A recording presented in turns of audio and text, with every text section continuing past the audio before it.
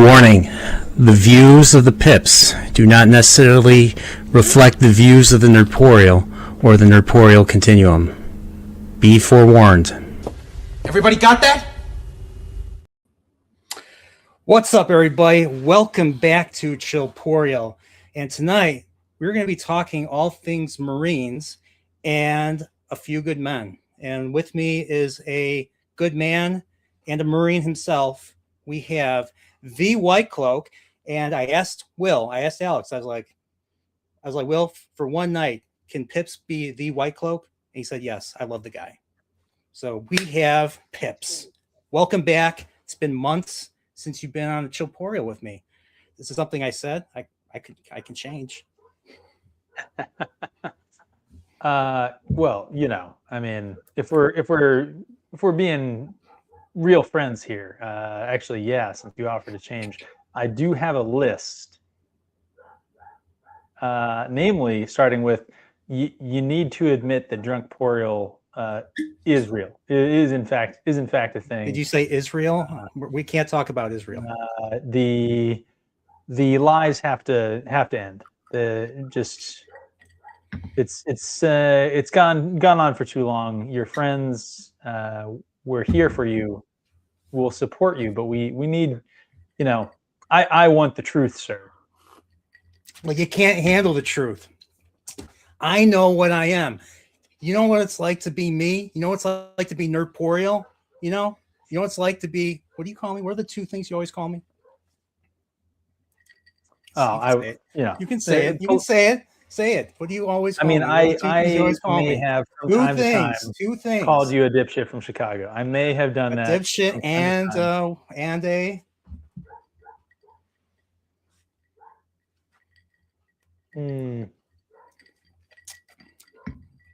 No, dipshit's really that's the one that comes to mind. I mean, no, you call me something else. I'll give you a hint. My last name.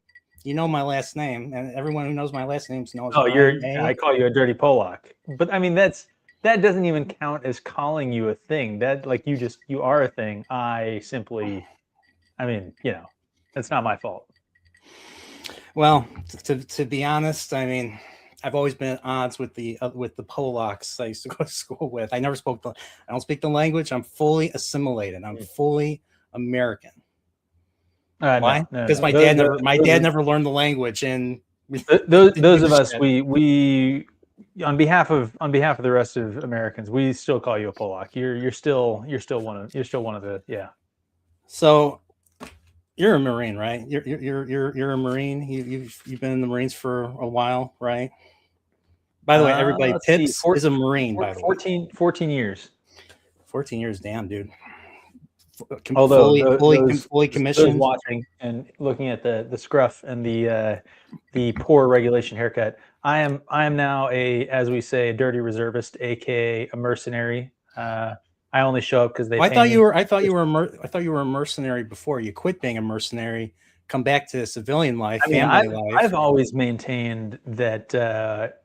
Even when I was on active duty, I mean, I was still only showing up because they were paying me. So yeah. If they stopped paying me for long enough, I mean, I went through a couple government shutdowns, but like I don't know what the threshold is, but at a certain point, if you stop paying me for long enough, I would have stopped showing up. So I think I was a mercenary the whole time. You know, working for pay. I see. All right. So So you're a Marine, and I remember a few years ago, I said, "Hey, look at me! I'm going to jury duty for the second time in my life. First time I went in college, second time I went a few years ago." And you're like, "Oh, that's nothing. Oh, that's nothing." I'm involved with the what was it, the military legal system? Correct me, buddy. What's going on? What is going on? Let the record show I maintain that I never made these dismissive statements that you are alleging.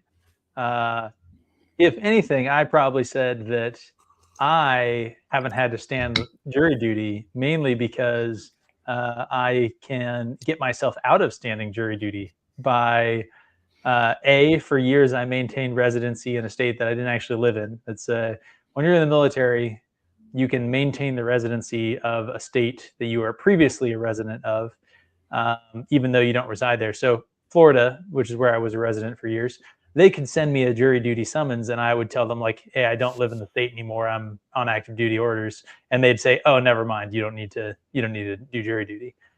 So never got jury summonses. And then if I were to get a jury summons, generally speaking, when they ask, like, "Hey, have you ever, participated in a jury before?"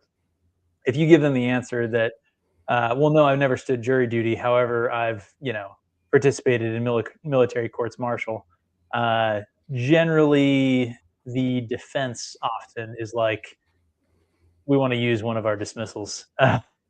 Okay. Military courts have a reputation, maybe warranted. This movie, in some ways, is a decent representation. We'll talk about that actually. There's some bones that I have to pick with this movie, but Okay. Well, so obviously, I've watched enough Star Trek. I've learned, thanks to watching the original show, what a court martial is. So apparently, basically, the military has its own legal system versus, versus what the civilian legal system, federal law, state law, local, municipal law, or something like that. How different is it? So is there there's different classification of law? You know more, way more about law and military stuff, obviously. By the way, this gentleman is an expert. He's an expert on the corporeal stand. What does that mean? Nothing. But well, go ahead. Okay. Go ahead, sir. So the Esquire next to my name is not a typo for equine. It actually was a joke about me being. I went to the legal officer course. I was a legal officer at one point in my service. It was a collateral duty, but I was the legal officer. I've also done both investigations. I've done preliminary investigations, command investigations, and investigations pursuant to both non-judicial and judicial inquiries. So non-judicial punishment, which is one half of it, and then also courts martial. So I'm, somewhat trained. I know enough to be dangerous, mostly to myself. But so to answer your question, the military. So I'd say it's like partly accurate, partly inaccurate to say that the military has its own special laws. Really what it is that every American citizen is subject to a dual jurisdiction. So you have state courts and state laws, and then you have federal courts and federal laws. So the whole thing about double jeopardy and stuff like that, everyone's familiar, oh, you can't be charged the same thing twice. However, and many of those people watching at home over the last several years will know that you actually can be charged the same thing twice. The state can attempt to try you for something, and if you happen to get off on a state court, the federal government, if that same crime is also a federal crime, often a slightly different federal crime, but if they think they can get you for a federal crime for the same offense, they can. Often it's not done because, generally speaking, it's hard to argue that a jury should be limited from knowing that you have previously stood trial for a thing. And so, if you can imagine, if you were tried for murder and then you got off, and the federal government said, well, we think you committed murder, we're going to try you. Generally speaking, the second jury would know that a previous jury acquitted you. Is unlikely you'd get a conviction under those circumstances, as you can imagine. So does there need to be additional cause for federal? It really depends on laws and what the specifics of the cases are, and I'm not an expert on jurisdictional rulings and those types of things, but it's relatively common that somebody will be tried. Generally, the way that they do this is the federal prosecutors and the state prosecutors might, outside of the court, might sort of say, hey, you want to charge him for 10 things. We want you to attempt to charge him for 8 of those because these 2 are related charges or maybe equivalent charges. And we would like to preserve those charges for us to try them as a federal charge if, for whatever reason, there's a mistrial or something else, right? So it's often not really trying for double jeopardy. So the difference where I was going with this is that in a military court, double jeopardy is very much a thing. And the way that it generally plays out, for example, is that if say someone was being charged for murder, right? If you murdered another service member on base, right, then the federal government via the UCMJ and courts martial is going to take that first bite at the apple against you, right? They have, in that situation, they have primary and potentially exclusive jurisdiction, right? A state may not be able to go after you after that. But let's change the fact pattern a little bit. If a service member killed somebody in a bar out in town, right, the state is going to charge that person for murder, right? I was going to ask going to ask what the difference between the like if there would be a case where, you know, servicemen would be, you know, tried or be prosecuted by a civilian court versus generally if the crime versus the military takes place court. generally So within a base. Okay, Yeah. so either on the base, Mhm. or what if it's against another service member outside the base? Would it still be civilian? Generally still. So if it's outside the base, the military courts are often going to essentially postpone having any sort of military process pending the outcome of the civil litigation. So they're going to allow the state prosecution to go forward, and then the military prosecution may simply just say, hey, you were convicted of murder. We're going to dishonorably discharge you based on a conviction of murder, right? But they're not going to charge you again. But if you get, say you get acquitted out in town, right? They get a mistrial would be the strongest one, where they have a mistrial, they can't get a conviction, and so they decide, hey, we tried it once and it just was too hard, we got a hung jury, right? The UCMJ is probably going to come back, and by me saying the UCMJ, that's just the military laws, if you want to call them that. Really, I mean the military prosecution is going to come back and be like, not so fast. We think you might have committed this crime, and we're going to charge you again. And then they would have a court martial and attempt to do the same charging. So I forget what constitutes. Now I don't know shit about law. Like the most I know about law is from watching shows and movies, you know, procedurals and all that. So what constitutes a mistrial? Is it just like poor? So you could get a mistrial from a lot of different things. Some of them could be procedural problems where somebody, typically in the prosecution's office, makes some sort of grave mistake. They do something that is ruled inadmissible or otherwise wrong in a way that is so extreme that the judge decides that it's essentially tainted the case. So, hey, it's not sufficient for me to tell the jury, disregard what you just heard. I have to say, nope, this whole trial needs to be thrown out. Prosecution's office, I'm dismissing it.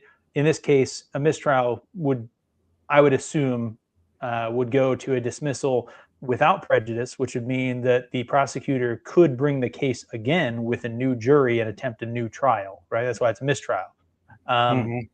However, depending on how it went down, mistrials often results in just, hey, no new charges, because prosecution's office have limited resources. If they ruined the case that badly, there might be some bad publicity associated with it, all sorts of other things.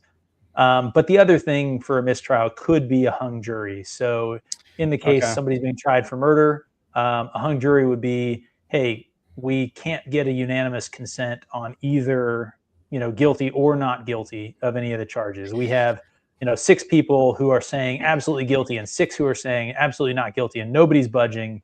And they deliberate. The judge, in those situations, the judge will basically tell them, hey, go back, try and get to a decision. But ultimately, the jury foreman can come out and say, look, we're not budging, right? So we can keep doing this for days and days and days. We're never going to get a different answer. And in those situations, a mistrial would also be declared, to my understanding. Again, I'm not, Oh, I jokingly said Esquire. I'm not a lawyer.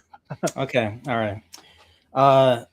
Okay, so juries. Okay, so military juries. How are they selected the same way as civilian juries? Is it, So is it different? Is there a difference? This is where I would have a bone to pick with this movie. Okay, so I didn't really pay much attention. I just know that there was a jury in the background. It seemed like they were all officers. Yeah. So a couple things. One, at one point, and I didn't do a head count, but at one point, I think he said there were 9 jurors. I believe he said that at one point. Realistically, 8 jurors is what you'd have, if my memory is correct, on a general courts martial, which is the highest of 3 tiers. There's a summary, special, and general courts martial. So a summary courts martial has no jury. A special has a jury, I believe 3 members, and then a general has 8. It is up to 12, and I think 12 is required in a capital case. However, they didn't seem like they were charging. This is weird. They didn't say what penalty they were going through, and I think the requirement for 12 jurors would be if they were looking for the death penalty, which the UCMJ can give, I believe, still is possible to be given. So it could have been a capital case. UCMJ, what does that stand for? Uniform Code of Military Justice. Like I said, it's the rule book that is our legal code. So I sometimes colloquially use it. UCMJ would, and I just kind of mean the legal apparatus within the military. So anyway, it should have been either 8 or 12. But here's the real bone that I have to pick with it, because again, I didn't do a head count. Maybe I misheard him when I thought he said 9, and maybe it actually was 8. But the thing that I would really pick is that enlisted service members, when they are the defendant in a general courts martial, are allowed to have 1/3 representation of enlisted service members. So all of the members of the jury have to be senior to them. However, it's pretty unlikely that a defense attorney would not have requested. They have the right to request, and that request has to be granted, basically, but they could choose not to have them if they didn't want them. So if it's an officer, then all of the members of the jury would be officers senior to the defendant. But for enlisted members, you would expect to have 3 or 4 members of the jury would also be enlisted men and women, which would obviously really change the dynamic of a jury when it fundamentally hinges on following the order of the officers in question, right? Obviously, if you had enlisted members, that argument would, I think, hold a lot more water when they're like, listen, these guys were following orders. Anyway, but that's a bone to pick that I have with them, that there should have been enlisted members of the jury. So yeah, I mean, this was written by a civilian. This was written by Aaron Sorkin. There's a lot of which, okay. First of all, we have to talk about who made the movie and who starred in the movie. I think this is a good segue into who actually made this movie and who were the stars of this movie, because there's a lot of big actors in this movie. It's a great movie. Ensemble. It's an ensemble cast. What can I say? I mean, this was written by Aaron Sorkin, and this is based off of his sister, I think, was dealing with something like this, and she told him all about it, and he wrote it down on napkins, and then he basically wrote the script. I think it started out as a play, but then they made it into a movie, and I think Castle Rock Entertainment was interested, and that's how Rob Reiner got involved. So this is a Rob Reiner film. So that's why you get a lot of that 80s, you get a lot of that 80s feel good, stuff. Like, I felt bad, but then I felt really good at the end. So I message you. I love the movie, basically. And yes, which you had never seen before. There is hope. Crazy to me. Yeah, there is hope for me. I do like things. I'm not I'm not a complete curmudgeon. So Okay. I'm blown away that you hadn't seen this movie before, but like you said, it's a Rob well, Reiner no, movie. I mean, I always knew about this movie. I mean, my parents saw the movie, they liked it. I just was. I mean, this was when I was younger. I wasn't really interested. I wasn't really interested in seeing it, and for the longest time, I thought this was an Oliver Stone film. So I was surprised not too long ago to find out that this is a Rob Reiner film. It's one of his best movies. And then the reason why I thought this was an Oliver Stone film, because I got this mixed up with Born on the 4th of July, which was also featuring a certain Tom Cruise. So, which I still have to see that movie too. So, but yeah, so I think the reason why I chose A Few Good Men, for the longest time I wanted to see it, and I finally got around to seeing it. And I think I told you I didn't see it. I think the I don't know if it was if it was a few weeks ago when you came out or the month before that. I don't remember when I told you that. And you're like, huh? And so I got shamed. I got shamed by the White Cloak Pips himself for not seeing this movie. So I felt I had to right a wrong and see this. And since you're a better man for it. It's one of the many ways that I've improved you as a man, a human, a citizen. Yeah.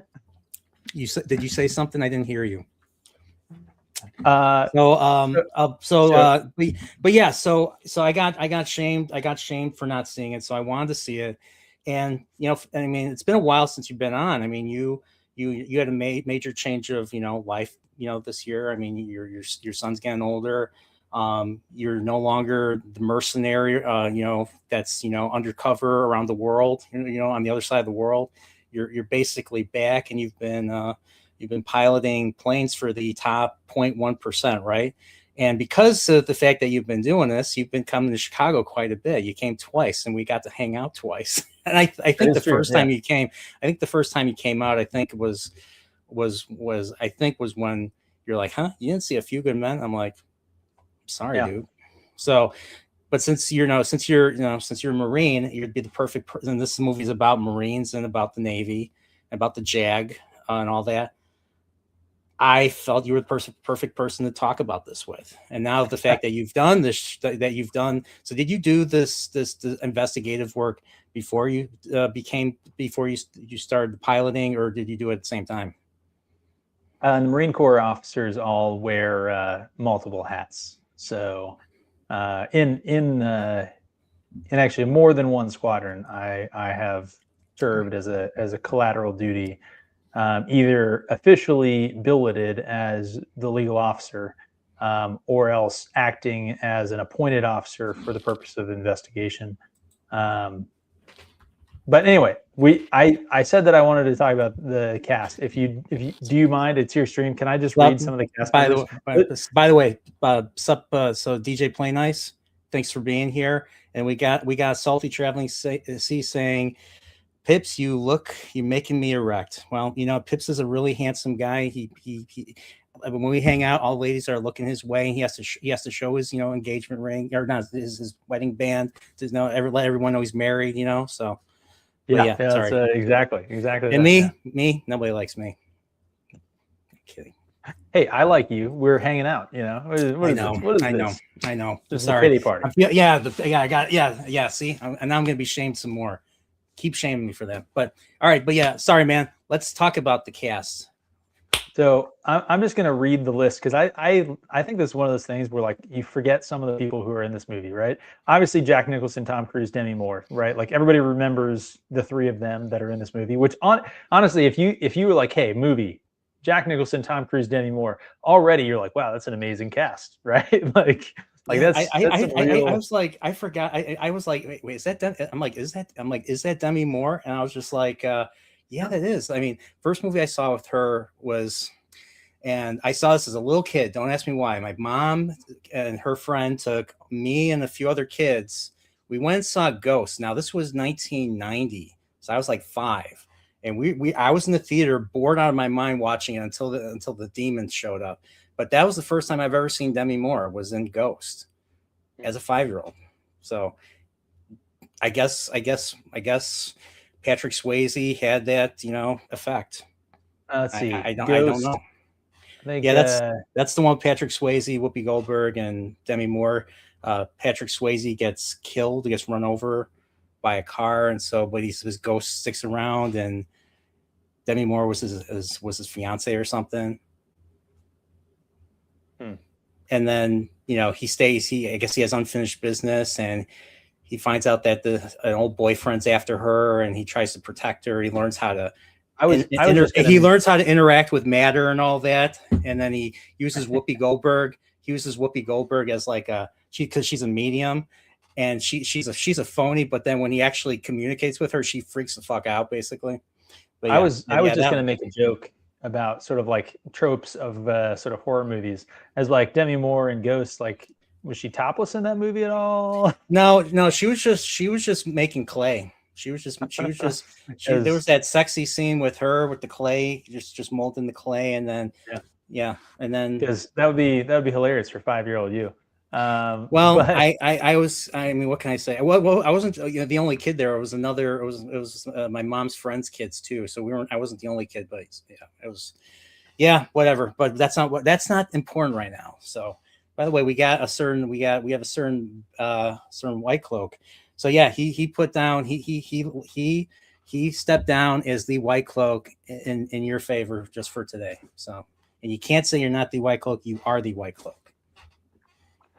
All right. Well, since he allowed me to take the mantle into the field here, we can accept it.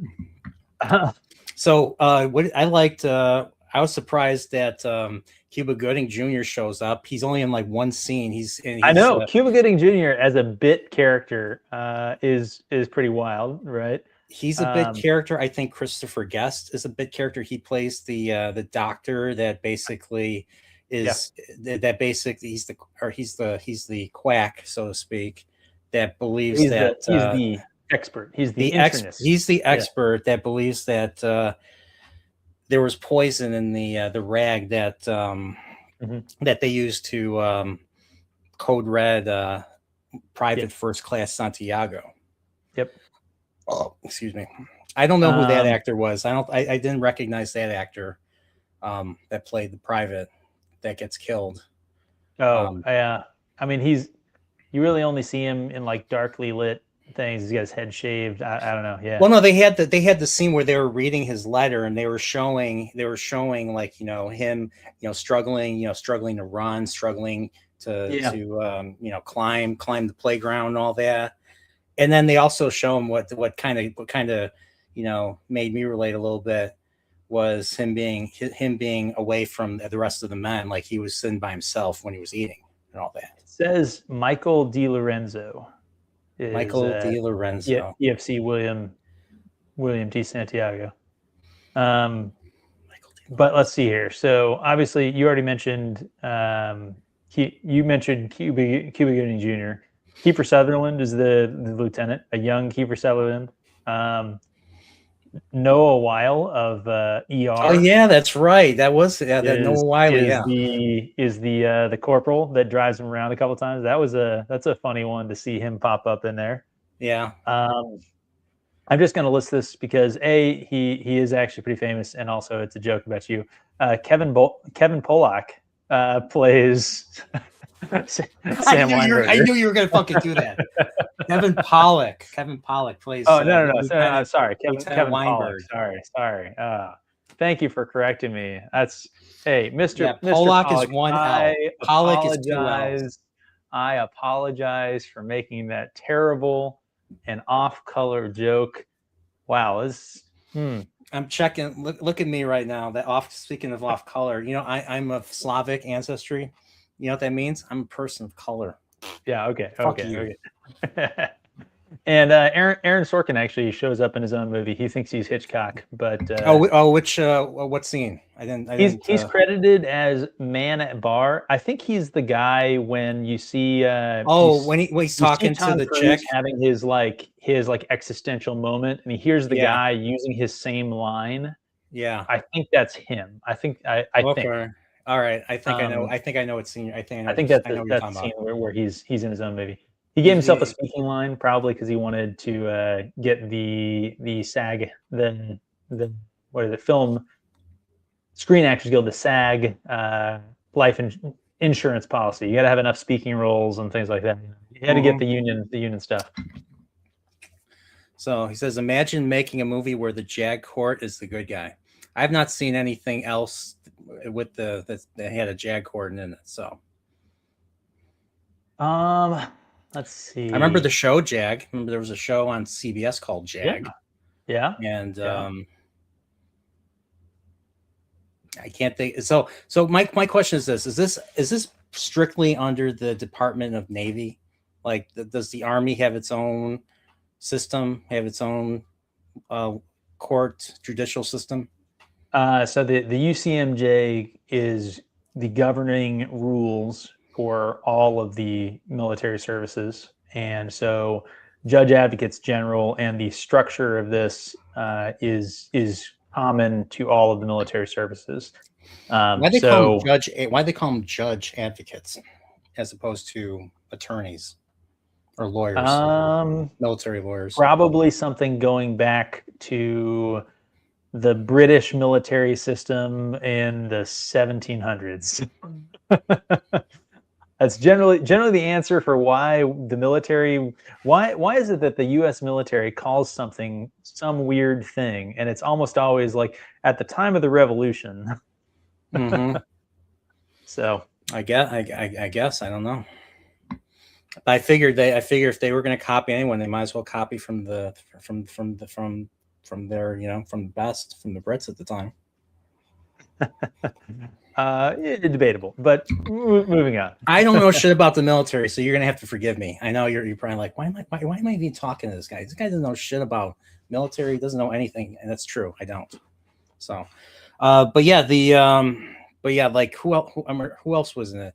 Oh yeah, J.T. Walsh, the late J.T. Walsh plays Markinson, the executive officer under Jack Nicholson. Yeah. So so he basically, I mean, he's basically he's the one he's the guy that's kind of stuck between a rock and a hard place. He's the one that advocated for the private to be transferred away from Gitmo. And he ends up putting it like he ends up confirming to Tom Cruise that Jack Nicholson, Colonel Jessup's character. Colonel Jessup is basically the one that ordered the code red. But then he puts on his dress uniform, I think, and then just blows himself away. So I got a question. I was going to ask, because when do you wear that type of dress uniform? What they call it, the blues? The blues or something. When is that worn? Is that only worn during really important ceremonies, profound ceremonies or something? Once a year at the birthday ball, and when you or one of your buddies gets married. Okay, all right. So I'm assuming you wore that.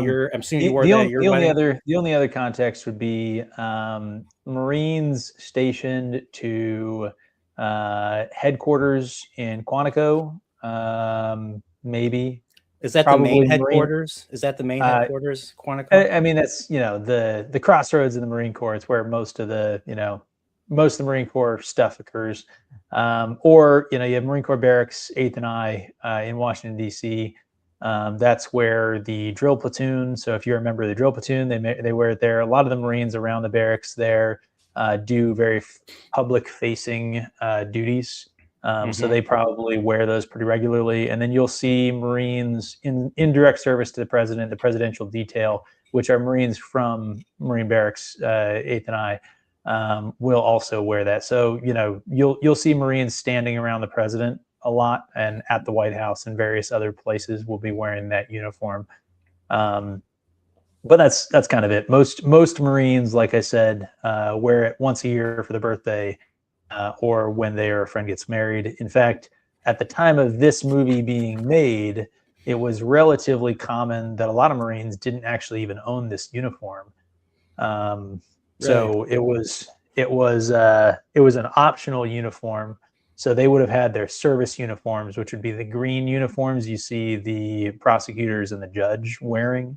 The uniform that every Marine would have, and then some of them might have the dress blues. Officers, generally speaking, would have had their dress blues the entire time. It would have been pretty universal for officers, but enlisted Marines wouldn't have it, or likely wouldn't have it at the time this movie was made. Somewhere around, I don't know, 20 or 30 years ago, there's a policy change where they started issuing the uniform to all enlisted Marines because they wanted Marines to wear this for those types of functions. And if it wasn't directly issued to them at their joining, so when they enlisted and went through boot camp, then they likely wouldn't have it. So they started issuing it to everyone, and then everyone started to have it. But it is a lesser used uniform, but it is the iconic Marine Corps dress blues. Okay. I don't know, that scene and several other scenes in this movie that we'll talk about as we go through the movie. It's kind of like the meme of like stupid people trying to write smart characters, or like a dumb person's idea of a smart person or something like that. There's a lot of stuff in this movie that is like a civilian's idea of a military thing. Yeah. There's a lot of stuff in there that you're just like, no person in the military would have said this with a straight face, or said it at all. There's some stuff, especially with Kiefer Sutherland, the lieutenant. I'm pretty sure he's a second lieutenant. He's gold bars. If maybe the color on my screen was off. I was watching it on my computer. So maybe we'll see a picture of it. Maybe he's the first lieutenant. Either way, the dude is what we would call a boot. Like he is a brand new officer, very little experience. Of course, he's got this like stack of ribbons and medals and stuff, which is a little bit unusual. We can look at his medals there, and I can tell you if I think that they're legitimate or not in terms of like whether or not he'd actually have those. But the point that I'm making is that when he's talking to Caffrey, when he's talking to Tom Cruise's character, he's acting like he's some salt dog. When like this dude graduated basic training as an officer like 6 weeks ago is really the story. Here we go. There he is. It's a bad shot because like what color are those, gold or silver? Hard to tell, right? But I think the other shot that you had actually had a better thing, and I think they are gold. So he's a second lieutenant, which means he is the lowest ranking officer. Caffrey actually outranks him. Best case scenario, Caffrey and him are the same rank. But either way, he wouldn't talk to Caffrey this way. It is correct, Caffrey only having the one Firewatch ribbon. That's actually correct because he's also a brand new officer, as he says himself. Only 9 months service. And your top Firewatch ribbon. What is that? This? Although he's in the Navy, so actually I take that back. He would have probably 15 other bits of flair because it's the Navy. If it was the Air Force, they'd be going up over his collar and onto his back. Oh. Okay. All right, so he's a captain. That's correct. So yeah, when you bring up okay, I know you're an expert. I'm not. So when you bring up certain things, you have to assume I don't know what you're talking about. Try to explain. So when you talk about certain like insignias or something, you gotta explain that to me because I'm not knowing what you're talking about. Okay. So when you looked at that picture of him and he was on the stand, it showed his ribbons and medals and stuff like that. Let me see. All right, right here. Right there. Yeah. So his highest ranking award is a Navy and Marine Corps Commendation Medal, Navy and Marine Corps Achievement Medal is what he's got there, which is essentially the lowest. What, this one right here, or is it this one? I can't see your mouse. Oh, you can't see it? So the green one with the 2 orange bars on the sides, so the one that is closest to his heart and at the top row, is a Navy and Marine Corps Achievement Medal, also known as a NAM. And that is essentially the lowest individual medal that you can get. So it's higher than, some basic ribbons and things like that. So, it being the highest thing on there is kind of correct. I'm not sure what he has between his meritorious unit commendation just inboard towards his heart from your mouse, the green one with the multicolored stripes in the middle. This one. So I'm not sure what the second one on the top is. So is this one single bar, or is this just 1, 2, 3? This 3 bars that are just right next to each other. So he has 5 ribbons and medals. And then he has 2 badges. Sorry, I called them bars. Forgive me. Yeah, so he's a rifle expert and a pistol expert, which is pretty standard for an infantry officer. He's only a single award on each of those. He should go to the rifle range and pistol range every year as an infantry guy. So again, the fact that he's a second lieutenant makes sense to me. I think they said he had a 4-year service history though, which means that he should probably be a first lieutenant senior or a captain. So there's some things in there where like his service record doesn't make any sense. And then again, his demeanor is just all wrong in this situation. But okay. For example, me as a disgusting, pilot, I am a rifle expert single award because we go through shooting rifle in the basic school, and I don't go shoot the rifle again because a rifle is not my line weapon, and there's no reason to send me to the rifle range. But I go to the pistol qualification pretty much every year. And so I am a pistol expert with multiple awards. So there would be other little bars above the pistol there that would show how many times you've been awarded the expert. And so the fact that he's only shot the pistol, especially the pistol, 1 time as an expert means that he could have been a low shooter and has only recently gotten the expert, or he probably has gotten expert and not shot the pistol again, which means he's a boot. He's a butter bar lieutenant, and he shouldn't be talking to Lieutenant Caffrey that way. What does it take to? I mean, I went shooting with you the first time we hung out. What does it take to go from marksman to I forget what the middle one is to expert? Marksman is the lowest. Like you have to take a test. Do you have to shoot a certain? You have to shoot a score. Yeah. So marksman, there's just a score that's a cutoff. So it goes marksman, sharpshooter, expert. Marksman is a pizza box, what we call it. It looks like a target, like a square target. And then sharpshooter is it's a, I mean, for lack of a better word, it looks kind of like an iron cross. It's probably like a Maltese cross or something like that. But anyway, and then expert is the crossed rifles or crossed pistol with the laurel wreath. Okay. All right. So talked about Kiefer Sutherland. So he ultimately gets arrested off screen. So I do have a question. So this movie came out back in '92. What were they using Gitmo for? Because I mean, everybody knows Gitmo for taking in terrorists during the Bush administration. So what were they? I know, like we've had it since the Spanish American War and all that. So what have we been? So my question is, is it just the Marines that occupy it, or do all the branches occupy Gitmo? It's almost certainly a joint base. So it's got multiple service representations there. There's probably non-service representation there too. I'm sure you got spooks and stuff like that.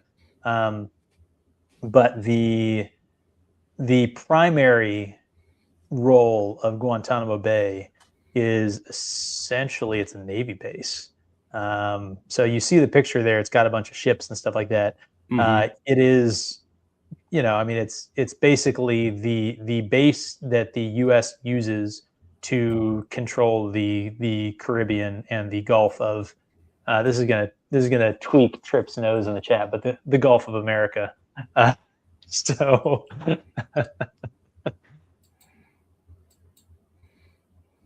And it's a beautiful Gulf. Believe me. It's beautiful. The best Gulf ever. Oh, this part. Oops, whoops. Sorry. I'm trying to get a good view of here we go. Oh, that's good enough. So Cuba. Yep, Trip. I'm absolutely happy. So this whole code red thing that happens, it just is this something that I mean how big how like how I mean like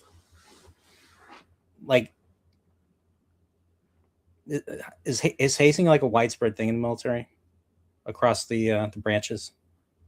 I would say that hazing is uh,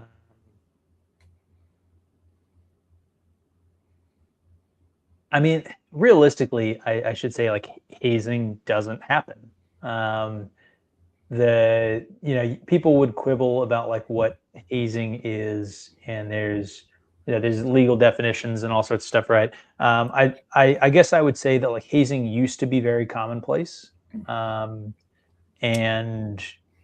by the time that I joined the military, so I joined, I guess you would say in 2008. Um, but the by the time that I got in, it had mostly been kind of cleared out and done away with in the same way that like drug use used to be really common in the military, kind of post Vietnam.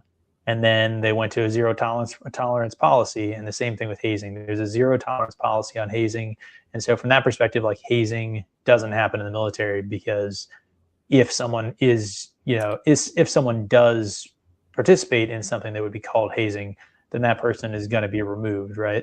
Um, Like a that dishonorable said, like there's discharge? there's a lot of things that the military does not consider hazing that civilians might look at and be like, that sounds like hazing. And so that's why I'm kind of tiptoeing through the answer here, because I would say that as the military defines hazing, hazing doesn't happen. We have a zero tolerance policy for it. If it were to happen, it's not endorsed. It's specifically prohibited. Not only is it something like everybody kind of knows about, but literally every single service member on at least an annual basis is given a class on what hazing is and the fact that it's like not tolerated, right? So it's pretty aggressive. We treat it the same way that we treat sexual assault and harassment, like all sorts of other types of violations of code of conduct, UCMJ, that sort of thing. So I mean I don't know if this would be considered what the code red stuff, So the code red there- as presented, which I'm not familiar with the term code red. Who knows? Maybe that's like a Vietnam era. Like I wouldn't be surprised if like Rob Reiner's generation of people, like like the bunch of Vietnam veterans back in the day, maybe code red was a term that was used to describe what they did in the movie. But I've never heard that outside of the context of this movie. It maybe it's may be a maybe it's term fictional. that was Maybe it's a fictional so that's thing. what I mean. Like, it could be fictional or it could just be antiquated. Like I said, hazing the way it's shown in this movie is just not a part of the military today. Yeah. So I was gonna ask, like so they get off. The whole point is, they didn't intend to kill him, to kill the private, he ended up having conditions that led to the lactic acidosis. But what they did get were guilty for was was it unbecoming? Is that the term? Unbecoming of an officer. yes. So Well, no, what conduct unbecoming of United States Marine, conduct I think, unbecoming of, okay. So is that just simply like, there's this from my from my dipshit understanding as a civilian, to me it's just like there's certain standards that Marines, especially, well, these guys I think these guys were non-commissioned, right? So were they, or enlistees and non-commissioned the same thing? yes. Okay. More or less. bear with me. More or less. There are Less some than more. people who are neither enlisted nor commissioned, but they're not the people we're talking about. Yeah. So there's certain standards that you have to, like certain behavioral standards that are expected of of a Marine or of any member of It the is the different military's branches. catch-all. It is the thing that realistic. Because I was trying to look it up and it when didn't seem they- like there was a definition. It was like either Yes. you do an action or you don't do an action. It But is there's it no like is specific thing. it is the military. It is the thing that most separates military law from civilian law, is that we have conduct unbecoming as an actual thing that you can be charged with. Now, So generally speaking, there's still a punishment, despite you can still have yeah. a So punishment without. here's the way that I'll put it. Conduct unbecoming will probably never be a sole charge. So it is the catch-all of like, hey, you got out on a technicality, but you're still not going to be a Marine, or you're still not going to be a sailor, or whatever it is, right? So that's the thing, is that like, civilian world, hey, we charged you for sexual assault, right? And say that they didn't have the evidence. They didn't have enough evidence to convince the jury beyond a reasonable doubt unanimously that you did it, right? But in the course of the trial, again, the jury is other members of the services, right? They're other uniformed service members. They can be like, listen, you may not have done everything to the standard of this criminal offense. However, we still think beyond a reasonable doubt that you're a scumbag, and we don't want you in our Navy, Marine Corps, Army, whatever it is, anymore. So thanks for your service. You are dismissed. So that, and of course, that's generally what speaking, the punishments for conduct unbecoming are not, they're not nearly as high of punishments. So like, you're not going to go to jail for life on conduct unbecoming, as we saw in the movie, right? You are sentenced for time served and dishonorable discharge. What does that mean, sentence for time? What does that mean, sentence for time served? So you're just essentially the maximum sentence for that charge was less than or close enough to that the judge didn't decide to throw any extra time at them, was the amount of time that they had already been in confinement.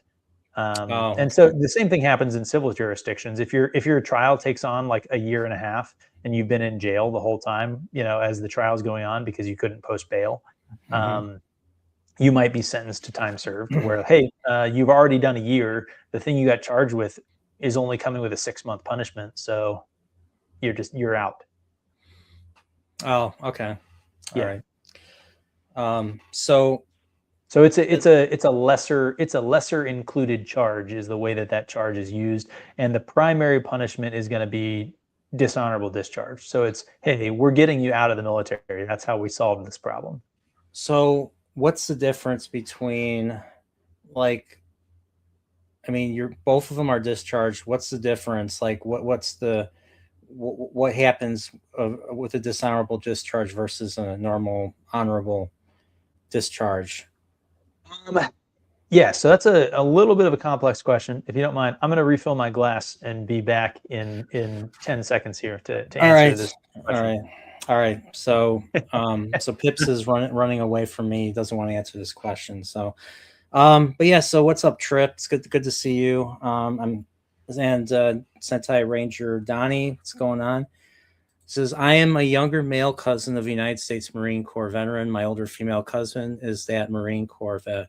Well, tell her thank you for your service. I want to say this for everyone. I've said this to Pips a billion times, but I'll say it to him again. Thank you for your service. Same with my buddy Kyle, who made the thumbnail, Dread Roberts. He was in the Army. He served in Afghanistan. A few other people that I know in the YouTubes that I've had the honor of meeting also served. So, but none of them are. I don't think any of them are an officer like our boy Pips right here. So, officer and a gentleman. I saw that movie. That movie I saw not too long ago. I love that. That's a good movie too. That's a messed up movie. Yeah. By act of Congress, I am a gentleman. So, Trip, you can't yell at me in the chat. One of the few things that Congress still does is designates officers in these armed services gentlemen. All right. So you asked me about like the ramifications of a dishonorable discharge. Yeah, Is okay. it like, is it basically like you go to jail, you have a criminal record now or something like Yes. that? So whenever you apply for a job, you have to state it, you have to talk about it basically, and there's likelihood you're not going to get hired or something. First of all, Trip in the chat, it's not a military rule. It's a matter of civil. The actual Congress of these United States, actually said that I'm both an officer and a gentleman, signed by the president. So there you go. You can take that in your pipe and smoke it.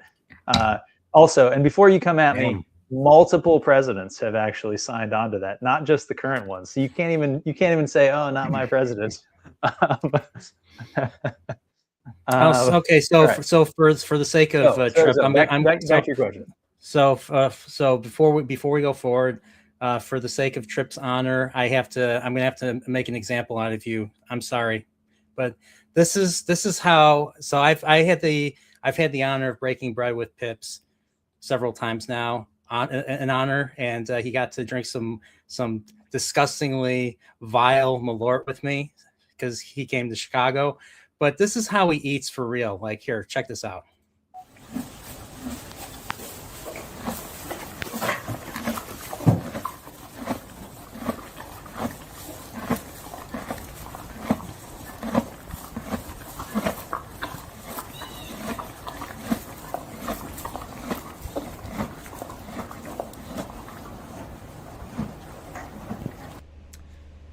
Fuck you, nerd. It's totally true. It's totally true. First of all, very, very demure. Mouth closed the whole time. I'll have you guys all note. Okay, so your question about ramifications. It's basically the same as having a criminal record. So to put it this way, so everyone who leaves the military gets what's called a DD 214, which is just a form that the government produces saying, hey, you were in the service, here's your service record, right? And on there, it's going to say the characterization of your discharge or characterization of service. And there's two options, right? There are honorable and dishonorable. There is also what's called general, which is technically it's honorable. It's general under honorable conditions, right? So that would be some sort of an administrative separation where you did something we didn't like. There's going to be some penalties in terms of the benefits that you can get, typically having to do with the VA administration. You lose your GI Bill, some other stuff like that. So there's like real ramifications for getting a general characterization of service on a discharge. However, it's still considered an honorable discharge, and it doesn't count. It's not going to be something that limits your employment opportunity, generally speaking. And then there's dishonorable. And a dishonorable discharge is essentially the same as having like a felony criminal record. So when you go to apply for a job, almost every employer in the country is going to say, hey, like you served in the military. First of all, they're going to ask you if you ever served in the military for most employment as part of your just personal record. And if you check the box, yes, they're going to want to see your DD 214 in the same way that they would do a check for a criminal record saying, hey, have you ever been in jail? And they're going to want to see your criminal record. That DD 214 is going to say that. And if you have a dishonorable discharge, it's going to be very hard for you to get employment in the same way that having a felony record is going to be. So it is bad. I would say one other bone to pick with this movie is that when that was announced that there was a dishonorable discharge and a guilty on the charge of conduct unbecoming, the defense counsel would have immediately essentially filed a motion to appeal the ruling. And it would have gone to an appeals process the same way that there would be an appeals in a civil jurisdiction. And it's pretty likely, given the facts of this case, that characterization that they would have ultimately probably gotten a general under honorable conditions discharge rather than a dishonorable discharge at the end of an appeals process, I personally think. But that's really That is a pretty minor So the quibble. under honorable, they still lose the benefits. General, under honorable, I'll say can lose certain benefits. Yeah. Okay. Well, they were Rob Reiner was reaching for the feels. That's kind of why they didn't. Yes, they, I agree. They didn't That's do that's that. why I brought it up. And it a- worked. It worked on me. I'm sorry, dude. Yeah. I'm sorry. I am military. I am military deficient. Brain. So I like the ending, and now I feel bad now because I feel bad now that I like the ending. So yeah, dang it, so dude. like I said, it's the reason I brought it up was that I think that the goal was to essentially kind of taint the ending a little bit and be like, even when the military justice system did the right thing, they still did the wrong thing, right? And so I think from that perspective, it is a Rob Reiner movie. We know, he's made some great movies. I think this is a great movie. I think that its sound score is pretty dated. Oh yeah, this sounds very 80s and 90s. Yes. Yeah, a lot of synth music going on. Yeah. Yeah, I didn't mind that. It felt very it felt very nostalgic for me. It felt very nostalgic. But overall, I think that along with some of the way that the characters act, like I said, civilians' idea of a military movie, there's some of those things, and then ultimately the verdict I think are aimed at a little bit of a criticism of the military. It is a bit of a caricature of military justice. So that's why I bring it up. Could they have gotten a dishonorable discharge from the same fact patterns? Yes. I just don't think they would have, especially, again, if there were enlisted members of the jury, as there should have been. I doubt that they would have gotten a conviction on I doubt they actually would have gotten a conviction on the dishonorable or on the conduct unbecoming. And I certainly don't think they would have ended up with a dishonorable discharge. But yeah, I mean, well, what can I say? It was directed by, well, rest in peace, Meathead, basically. So, what was I gonna bring up? So, oh yeah, so that final, I figure, we're not really talking about the movie in order. The end of the movie, the very final thing, the thing that we were building up to, the Colonel, Jack Nicholson, Colonel Jessup taking the. I don't know. Maybe he was an early riser and he wanted to pack in the morning. Maybe he had no friends. I thought that was funny. I was reading. I was doing a little reading. So apparently, Jack Nicholson only did 10 days of work, and he was paid $500,000 a day for that. He also did. This was a $500,000 performance for this, just like. He also didn't get a haircut. That's one more bone that I had to pick, is that the Marine Colonel is the only Marine in the movie who doesn't have a Marine Corps haircut, and it's like Jack Nicholson phoned this thing in so much that he didn't even get a proper haircut. Basically, I mean, those two gentlemen that you see right in front of you on the screen there, that's a nice. I mean, especially for the infantry. So the infantry within the Marine Corps is the most extreme in their hairstyling choices. The Colonel Jessup would have had a haircut much like those two gentlemen in front of you. I'm guessing one. And his XO did. I'm guessing one did. I'm guessing one of the one of the stipulations was for Jack Nicholson's like, fuck that, I'm not getting that fucking haircut. I agree. Yeah, he almost certainly was like, no. He's like, Rob, I'll be in this movie, but I'm not getting that fucking haircut. That's probably what he said. He's like, I'll trim it, but I'm not gonna shave the sides. That's not happening. Okay, you sound a little far away now. Oh, I'm sorry about that. Any better? No. Any better? No, you sound like you're far away. Let me double Sorry, check. some technical some technical difficulties from the pips. So, sound any better now?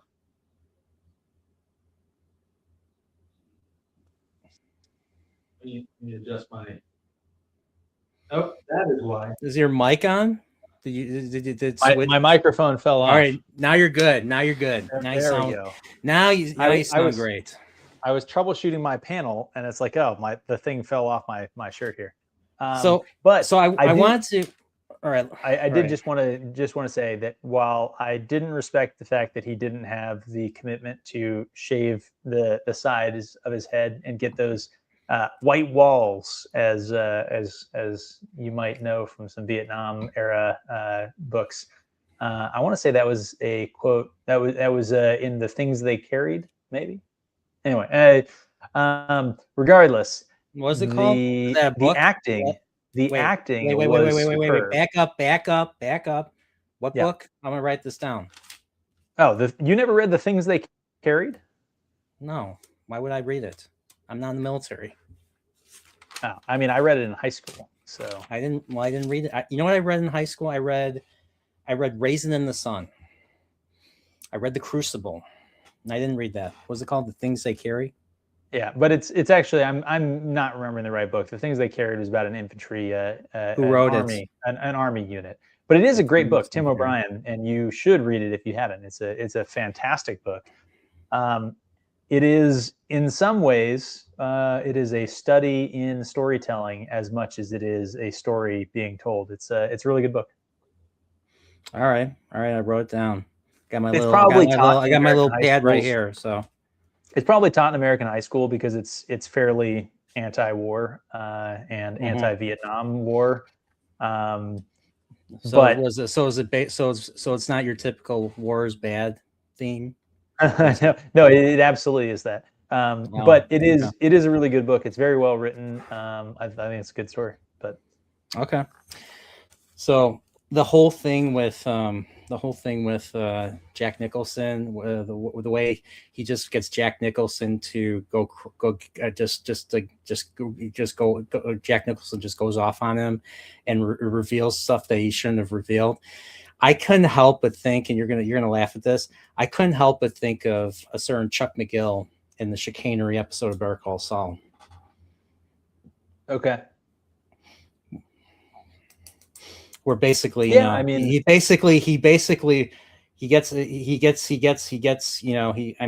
not quite the same, but, Chuck basically reveals, Chuck basically reveals his true feelings, and everything. And so, and that's what kind of, kills his case and all that. So I just couldn't help but think of the same way. And what's funny is he is connected with Michael McKean is connected with Rob Reiner. Because of, what I was going to say is that I think that is a very old trope in legal storytelling, but also like it's a legitimate thing in courts, like that it trying to get under the skin of the person to get them to say something they wouldn't otherwise say. Like that's what you're supposed to do on cross-examination, right? So from that perspective, I think that this movie is a better courtroom drama than it is a military courtroom drama. Although there's one aspect of this isn't really the courtroom aspect. Demi Moore, when she first tries to convince him to stay on the case originally, she kind of fluffs him a little bit and like talks about how he's such a great lawyer. She has really no reason to think that he's a good lawyer at that point in the story. And so I think it's kind of a non sequitur where she's like, they need you. Like nobody else is going to be as good as you are.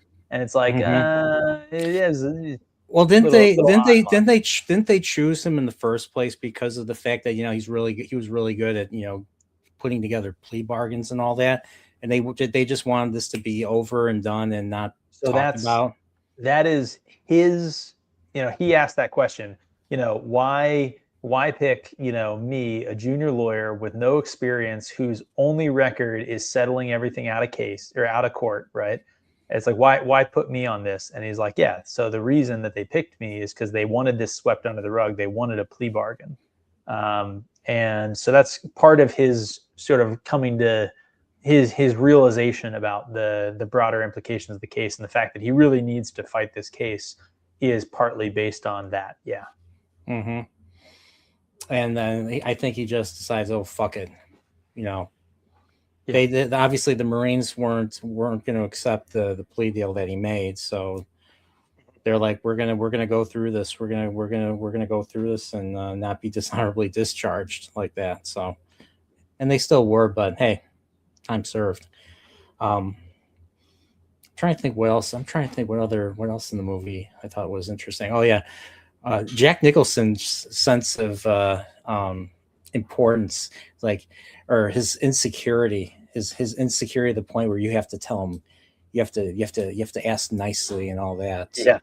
And then his own sense of importance to the point where I liked how he just thought he could just get up and leave the courtroom after he admits the crime. Like he thought he was untouchable, and they're like, no, you're arrested. You're under arrest, buddy. I'm gonna rip out your eyes and yeah, I was like, okay, all right.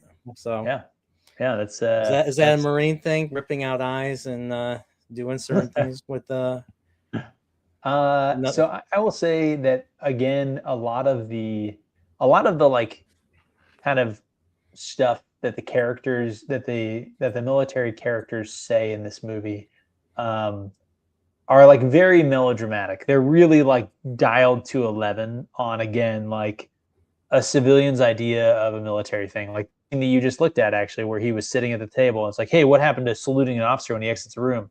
First of all, you don't salute officers when you exit rooms. You actually don't salute officers indoors. You only salute when you are covered, which means you're wearing your cover, also known as a hat for you civilians. And so you only salute when you're outdoors, because you only wear your cover when you're outdoors, unless you are under arms. So if you are armed, if you have a pistol, generally because you're standing a duty, standing a watch detail or something like that, then you would salute indoors. But it's pretty unusual.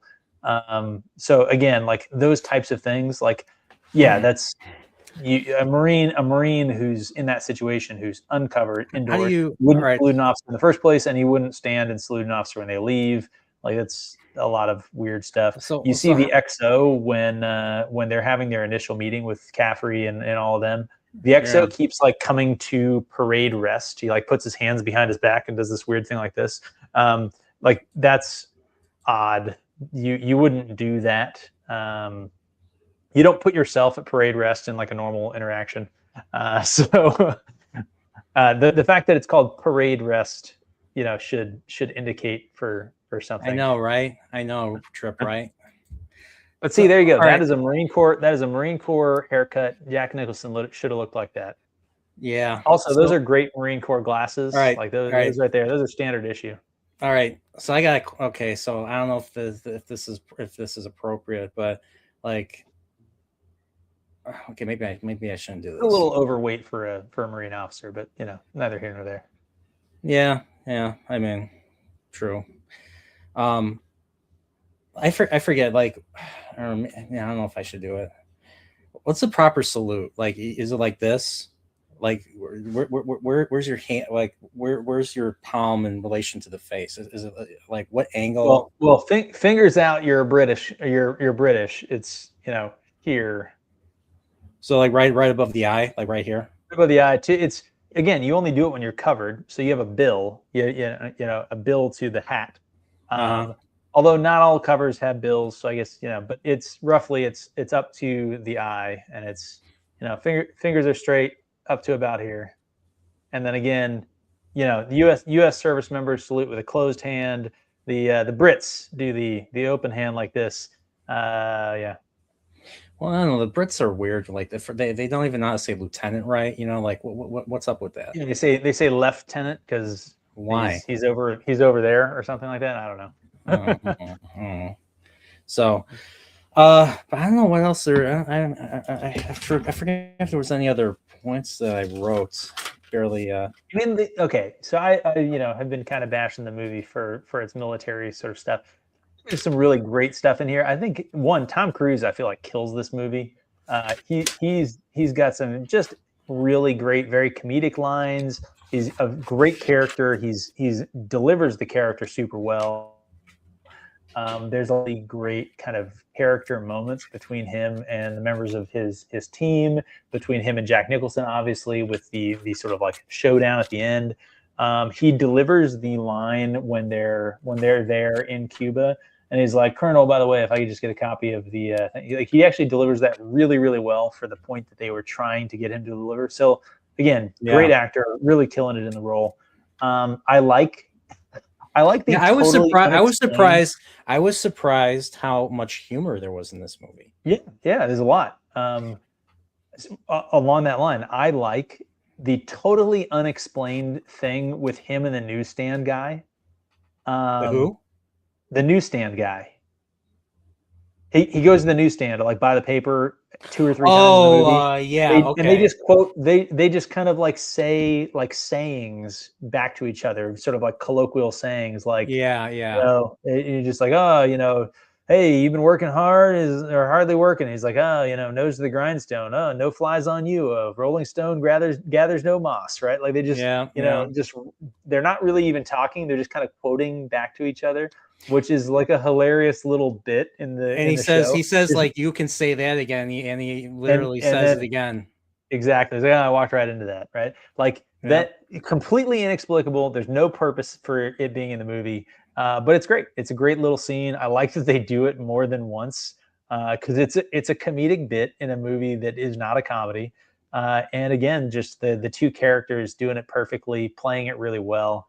And it's just very humanizing for him as a character. It's just it's like I said, again, Rob Reiner makes some great movies. This is one of them. I have some problems in that I think, and the reason that I bring up the problem about like the civilians idea of a military movie, the reason I bring that up is because I think that there's some intent behind that between him and Aaron Sorkin, just knowing their kind of political views on things. I think it's intentional, or at least represents a bias that they have based on not really having some personal, information about kind of this part of the world or part of American life. But either way, it is biased in a certain direction for a purpose, I think. So it's worth bringing up. But the movie is a great movie, and there's so many things that you can talk about with this movie that's like, wow, just really executing very, very well. Yeah, I agree, man. I like the fact that the this movie actually does a really good example of actually wearing uniforms pretty well. There's again the fact that the guy who I think they said had been there 4 years but was a second lieutenant with probably more awards than he would have had as a second lieutenant. So Kiefer Sutherland's character, that's probably the biggest part that I can pull out on like the uniforms being worn wrong, and then Jack Nicholson's haircut. Well, that and none of the Marines have their sleeves rolled the way Marines roll their sleeves. But the most of the stuff, like I said, is actually just the dialogue of just really melodramatic.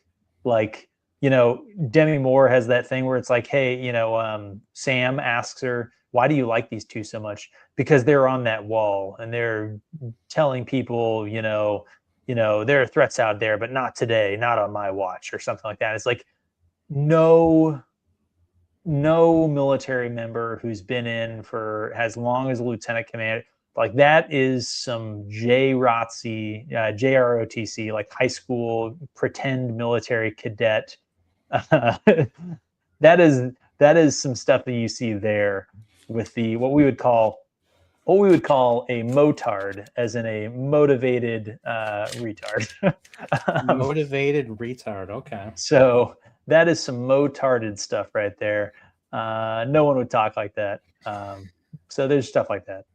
All right. Well, I'm glad I saw this. I'm glad I saw this movie. I'm glad I got to talk about it with you. So I figure, since we got a little bit of time left, what's some good Marine movies, or as Tripp says right here, give us an example of a movie that's the military's idea of a movie. Give us an example of it.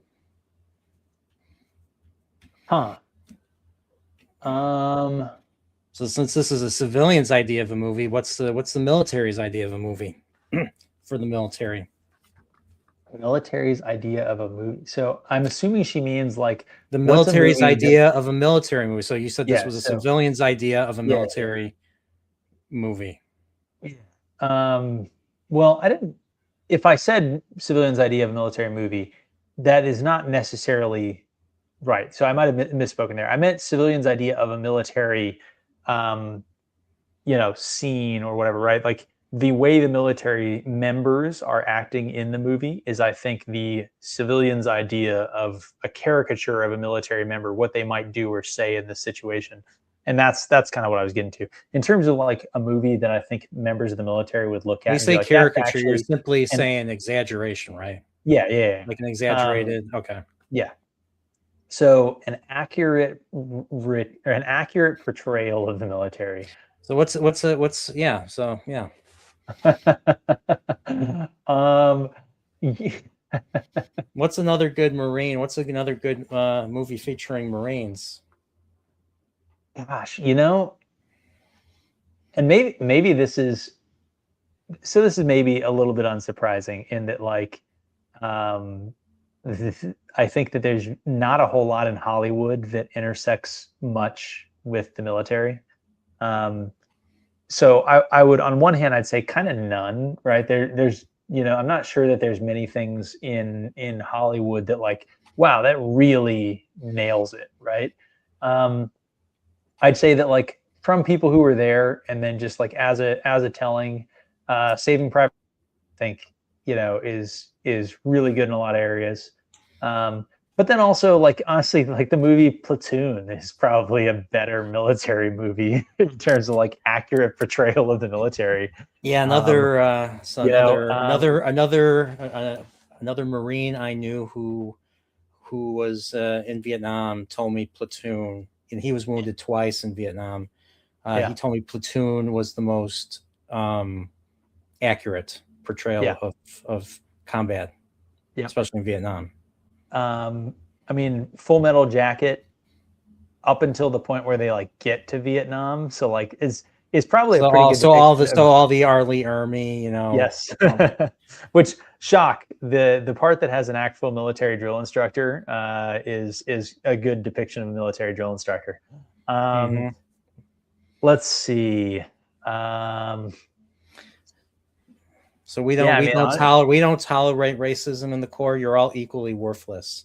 Black Hawk Down, Trip asks. I have not seen. I have not. My parents have seen it. I think we owned it. I've never watched it. Yeah, I've watched Black Hawk Down a couple times, and I would tell you that.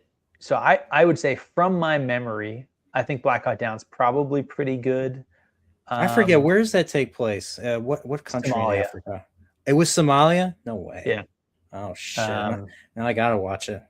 Yeah. So from my memory, it's pretty good. I can like kind of think of a few scenes, mainly when like the regular infantry guys are like talking to the special force guys, like at the hangar and stuff like that. There's like some friction between Viggo Mortensen's character and like somebody else. I don't remember the scene perfectly, but like as I'm trying to think about it, I think some scenes like that are probably a little bit off. But I think Black Hawk Down was probably pretty decent. There's what was that HBO series about the Iraq War? I think I know what you're talking about. Man, HBO Iraq War. I want to say it was an HBO series. No, you're right.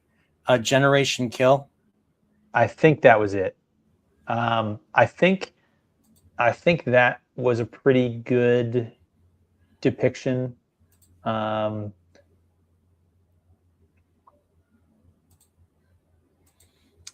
I'll share with the screen. Let's see. Man, it's been a super long time, and I only saw it once. Yeah, Generation Kill. There's at least some things in Generation Kill that I think are pretty good. Okay, here's one. We Were Soldiers with Mel Gibson. With Mel Gibson. Yeah. Okay. Amazing. That is an amazing movie. That's basically when Vietnam started, right? In the 60s, in 1965, if I remember correctly. It is when the American military started major combat operations. Is probably the best way to describe that. early in the U.S. military starting major combat operations. We had advisors and stuff there for a long time. Yes, Rip, that movie will make you cry. It is an incredible movie. It's one of Mel Gibson's best movies. The book and the character that's based off of, I encourage people to read the book We Were Soldiers Once and Young, which I think is the full title. But it's exceptional. The sound score, amazing. The actors, amazing. Everything about that movie is so good. It ties together a lot of stuff about the overall conflict. There's so much stuff in there that it is an incredibly dense movie from a lot of the things that it brings together, like civil stuff in the United States, the conflict in Vietnam, history in the region, the Cold War, like so much stuff is awesome. American Sniper, the book I remember. So I have a signed copy of that book. My mom knew the author, got me a copy of it. I think like a week before he got killed. Actually, he got killed by, what was his name? Chris random. Kyle, if I remember correctly. I saw the movie. I saw it when I was. I think it was. I think I was unemployed at the time, and I saw a review. I saw like a rave review or something. It just got me interested. I went and saw it, and I thought it was a good movie. It's a good Clint Eastwood movie. I don't remember being super impressed by the movie, but the book was good. Okay, I had no issue with the movie. I was paying attention, and I was engrossed. Not in the movie huge issues. I just didn't think it was. I didn't think it was amazing. I've never rewatched it. I've watched We Were Soldiers 5 times. Mm-hmm. I think I own the DVD. You think? I thought you didn't know you owned DVDs. Oh yeah. I thought I gave you the only Blu-ray I ever gave you. I gave you my Star Trek movies as a gift. I said DVD. You said Blu-ray. There's a difference. I have an old movie collection. I have VHS tapes and DVDs. Oh really? Yeah. You have to show me that VHS collection. I don't believe you. I don't have to show you anything. You got it. Show me. All right. Okay. In fact.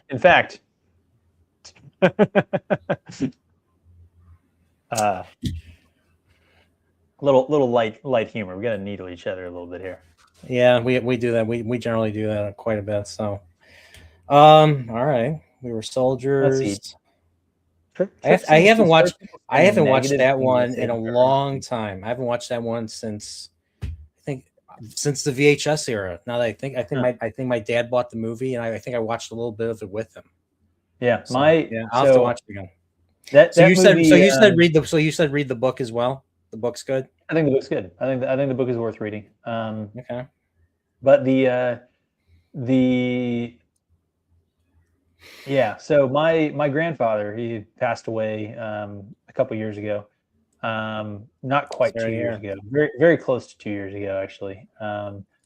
But he served in Vietnam in the air cavalry around that time. He was there in 66 and 67, I think. So he was actually there around that time, serving in, I don't think that same unit, but some of the units doing that same mission. And yeah, it's you said air cavalry. Air cavalry. Yeah, and I can tell you that what does that he fall had under? a copy. What does that fall under? What branch? The Army. That's yeah. Army. Okay. Yeah, and he had a copy of Colonel Hal Moore's book, We Were Soldiers. So that's I'd say an endorsement of So was that Mel Gibson's character that wrote the book? Yes. Okay. All right. Interesting. What was his name? Colonel Hal Moore. Let me write that down. Okay. Yeah, Hal Moore. Yeah, I think he ended up being a brigadier general. Okay. Hey, dude, you should be grateful. You got to know your grandfather. I didn't get to know mine, so I don't know. I barely know anything. I just know that both my grandparents served in World War II. One was in the Army Air Corps, and the other one I think was in the Navy for a little bit. I don't know what my dad's father did, but my mom's father was stationed in Alaska. My mom's father, she barely knew him either. He died in the 50s. He was in Alaska, and he was like he was guiding planes to land, I think. That's what he did in the Army Air Corps. I think so, yeah. Okay. And my grandmother used to tell me that he would witness accidents and casualties and all that, and it really affected him quite a bit. So, and I think that's the extent to what I know about what I know about him. And he married my grandmother right before, like a year before they went before 1941 and all that. So, that's really all. That's all I really know. And there's a single picture of him in his military uniform. That's all I really know about him. And he got sick. He had a heart attack at 42 and he died. And so, but I didn't. Yeah. So consider yourself lucky, dude. You got to know your grandparents or your grandfathers. I only had one grandmother and that was it. So, sorry, I didn't mean to be a downer, but I'm just saying, Well, I was thinking about what's funny was with the whole military thing. Because I don't know anyone, no one else in my family that I know of is in the military. I know you said you come from a long line of people in the military. How far does that go? If I may be so bold to ask. Well, first of all, I'm going to do a top off. I'm going to do a toast to your two grandparents, your two grandfathers who served, and a toast to did both of yours serve in the military? Let's see. Yeah, actually, I had two grandfathers. So, because my parents divorced when I was a kid and then remarried, so I have more than 4 grandparents. I consider that, especially my mom remarried when I was pretty young. What do you call what do you call like a step grandparent? Just grandpa. So that was the one who was in the Army that we're talking about was actually my step grandfather. But I mean, he was my grandpa since I was in the 3rd grade. Yeah. So so I was lucky to know actually 6 sets of grandparents, or rather 6 grandparents, three sets, 6 grandparents. Super lucky. But anyway, thank them for to their service. But yours. Cheers. And that actually reminded me, and Trip saying hers flew in World War II. Man, Brian just can't handle his liquor. He needs to bring Chillporeal out. Chillporeal knows how to handle his liquor. I'm sorry. Wait. I can't dishonor your grandparents like that. Wait. While I'm sorry. I could have made a joke about. I apologize. My other grandfather, was also in World War II, but not for the Americans. But that wouldn't be a fair joke. He was actually only about 10 years old during World War II, and my family on that side had suffered fairly under first the Nazis and then the Stasi and the East Germans. Since my grandfather from that family was actually born in East Germany, my mother actually was born in East Germany. Okay. But anyway, what I was going to say was that your story and Tripp's comment there actually reminded me of another good military sort of show. Apple TV's Masters of the Air came out fairly recently. Yeah, I remember you talking about it. Yeah, really good. I only watched the first episode. The latter couple episodes I think are the weakest part. They like, to a little bit of spoilers, they have internment camps and stuff like that. And I think that part is fine. It's not quite as compelling, and I don't think is the part of the show that is as good of a depiction of the military sort of, the military's idea of a good military movie or show. But the part about the Army Air Corps and the guys flying those missions and the casualty rates and the reality of what those guys were doing, to the extent that in the modern military, there's kind of the guys on the ground sort of, make fun of guys who are in the Air Wing or in the Air Force or stuff like that, and like, you guys, like, you're sort of in the military, but like you're not, you're not the infantry, right? Yeah. The Army Air Corps back in the day had some of the highest casualty figures of any military service of any war for like recorded history. Like those guys went out there day in, day out, and like essentially like knew they were going to die before flying the mission. And if they came back, it was, a miracle, right? Like the number of guys who actually, got there like 25, missions and went home was just, a tiny fraction. Like the death tolls were truly, pretty horrifying. And I think the show does an incredibly good depiction of that war. And it's very good. If you haven't seen it, I'd recommend people to watch. I saw the first episode. I only saw the first episode. So it captures a lot of the stuff about military units and the type of humor, and to the extent that like this movie that we're talking about, A Few Good Men, has a fair amount of humor. It's not all the right humor. But some of it is. I mean, again, like guys being JAG attorneys in DC, like, is probably fairly, fine, like talking about baseball and doing whatever. But military humor tends to be a little bit darker, and that I think that show really gets a lot of it. Okay, all right. Yeah, I figure, don't Marines say like the darkest stuff though? Darkest humor. Side note for Trip saying that she has her grandfather's wings locked away. That's awesome. That is a great memento to have. You can post in here if he flew. Was he in the Army Air Corps, or was he in the Navy? Was he in the Marines? What did he fly for? Probably the Army Air Corps, just based on size.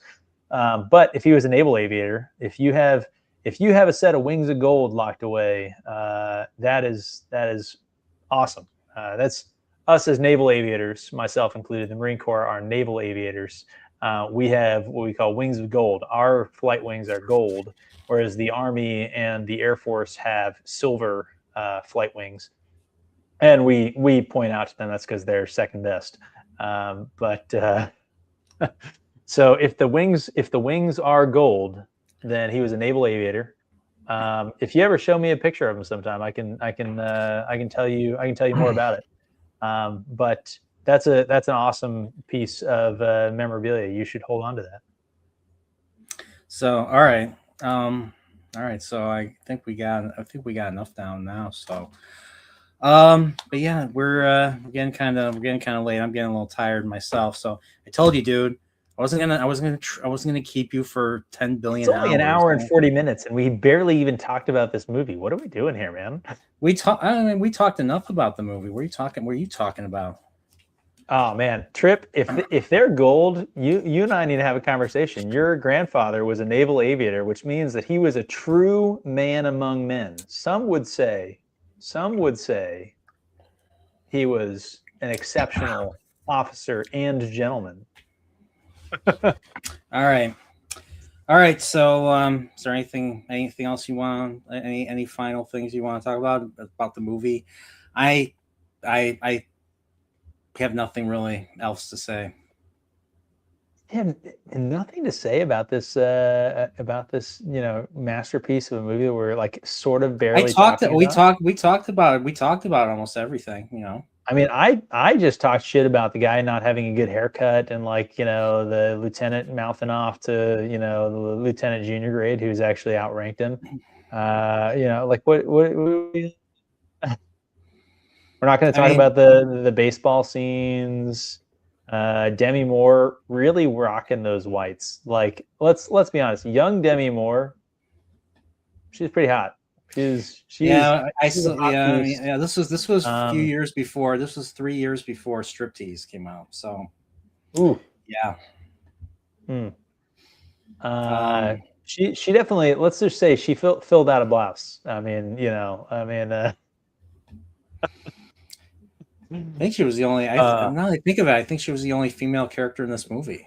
I don't think I saw that ridiculous okay, the whole thing about like civilians' idea of military, the speech that Jack Nicholson's lays down about, if you've never gotten a blowjob from a superior officer, then you're really letting some of the finer things in life pass you by. Oh yeah, that's But, right. I but forgot here he I am, said a that. colonel, so I'm just going to have to keep taking cold showers until they elect a female president. Oh, no. Ridiculous. Ridiculous I scene. forgot about that. No, like even in the 90s, even in the 80s, a Marine colonel or any military officer would not have said that to a female officer. Just absolutely ridiculous. Yeah. Man. And G.I. G.I. Jane is a terrible movie from the like realism of the military. I do remember it's a interest, like I remember it being a like decently enjoyable movie, but it is absurd and ridiculous in a lot of ways. I think there's like doesn't like the other SEAL gets injured and she has to like drag him out and like it's like single commandos the enemy and stuff like that.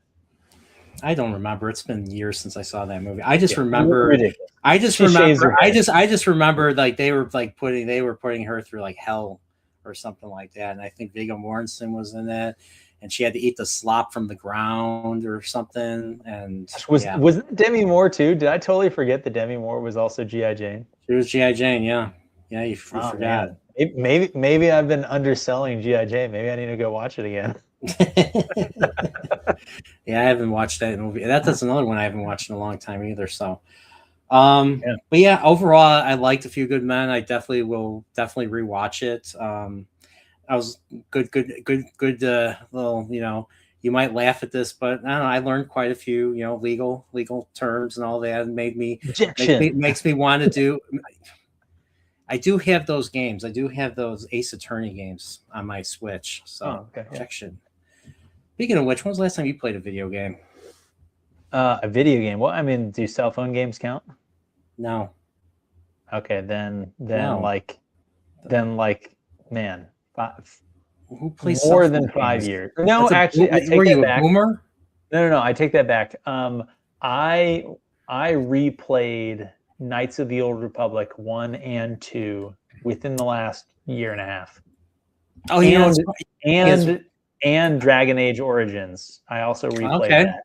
Because right. basically the only games worth playing these days are old games. New games are hot garbage from what I can tell. Yeah, well, I don't know. I'm playing right now. I have my Nintendo Switch too. Yeah, I barely play video games myself, but I'm playing Donkey Kong Bonanza platformer because I grew up on that shit. So I need to play.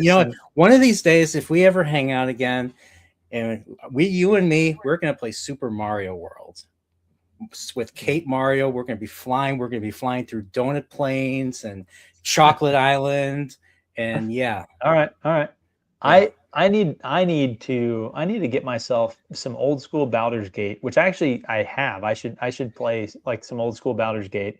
And I keep on. I never played Baldur's Gate. And now I'm forgetting the name of it. What was that other like big RPG, one game of the year like a couple years ago? It was made by Larian Studios, I think. I'm blanking on the name, which is ridiculous. It was like a Baldur's Gate, kind of style. They did make a new Baldur's Gate. Really? Baldur's Gate 3. Maybe that's what you're talking about. No. Oh, actually, yeah, it was just Baldur's Gate 3, wasn't it? Mm-hmm. Yeah. I saw the gameplay. Didn't really impress me, to be honest. So I need to try that one. Yeah. It's not for me. It's not for me. I'm more of a platformer. when it comes to dungeon crawling, I like The Legend of Zelda because I grew up on that. It's one of the best games ever made. I mostly played those on Game Boy. When I was a kid, we had Game Boys. We didn't really have like consoles. And my first console was actually like a hand-me-down N64 when I was in like high school. I had played like Sega Genesis, and I played N64, and I played the like the original Super Nintendo. Like, but those were always like a friend's house, you know. Like I never had any of those myself, but I had like played on them. But yeah, my first game console was in high school, and Yeah, a lot of the PC games I didn't really get into because we didn't have a PC here. I mean, right now I think I have an Xbox One that I haven't turned on in probably 10 years. Yeah, I know. I think we were watching movies or something on that Xbox Yeah, One. I And used you're it like, to you're play- like, I was like, here's some. I gifted you my Star Blu-rays. Trek Blu-ray collection, the movies.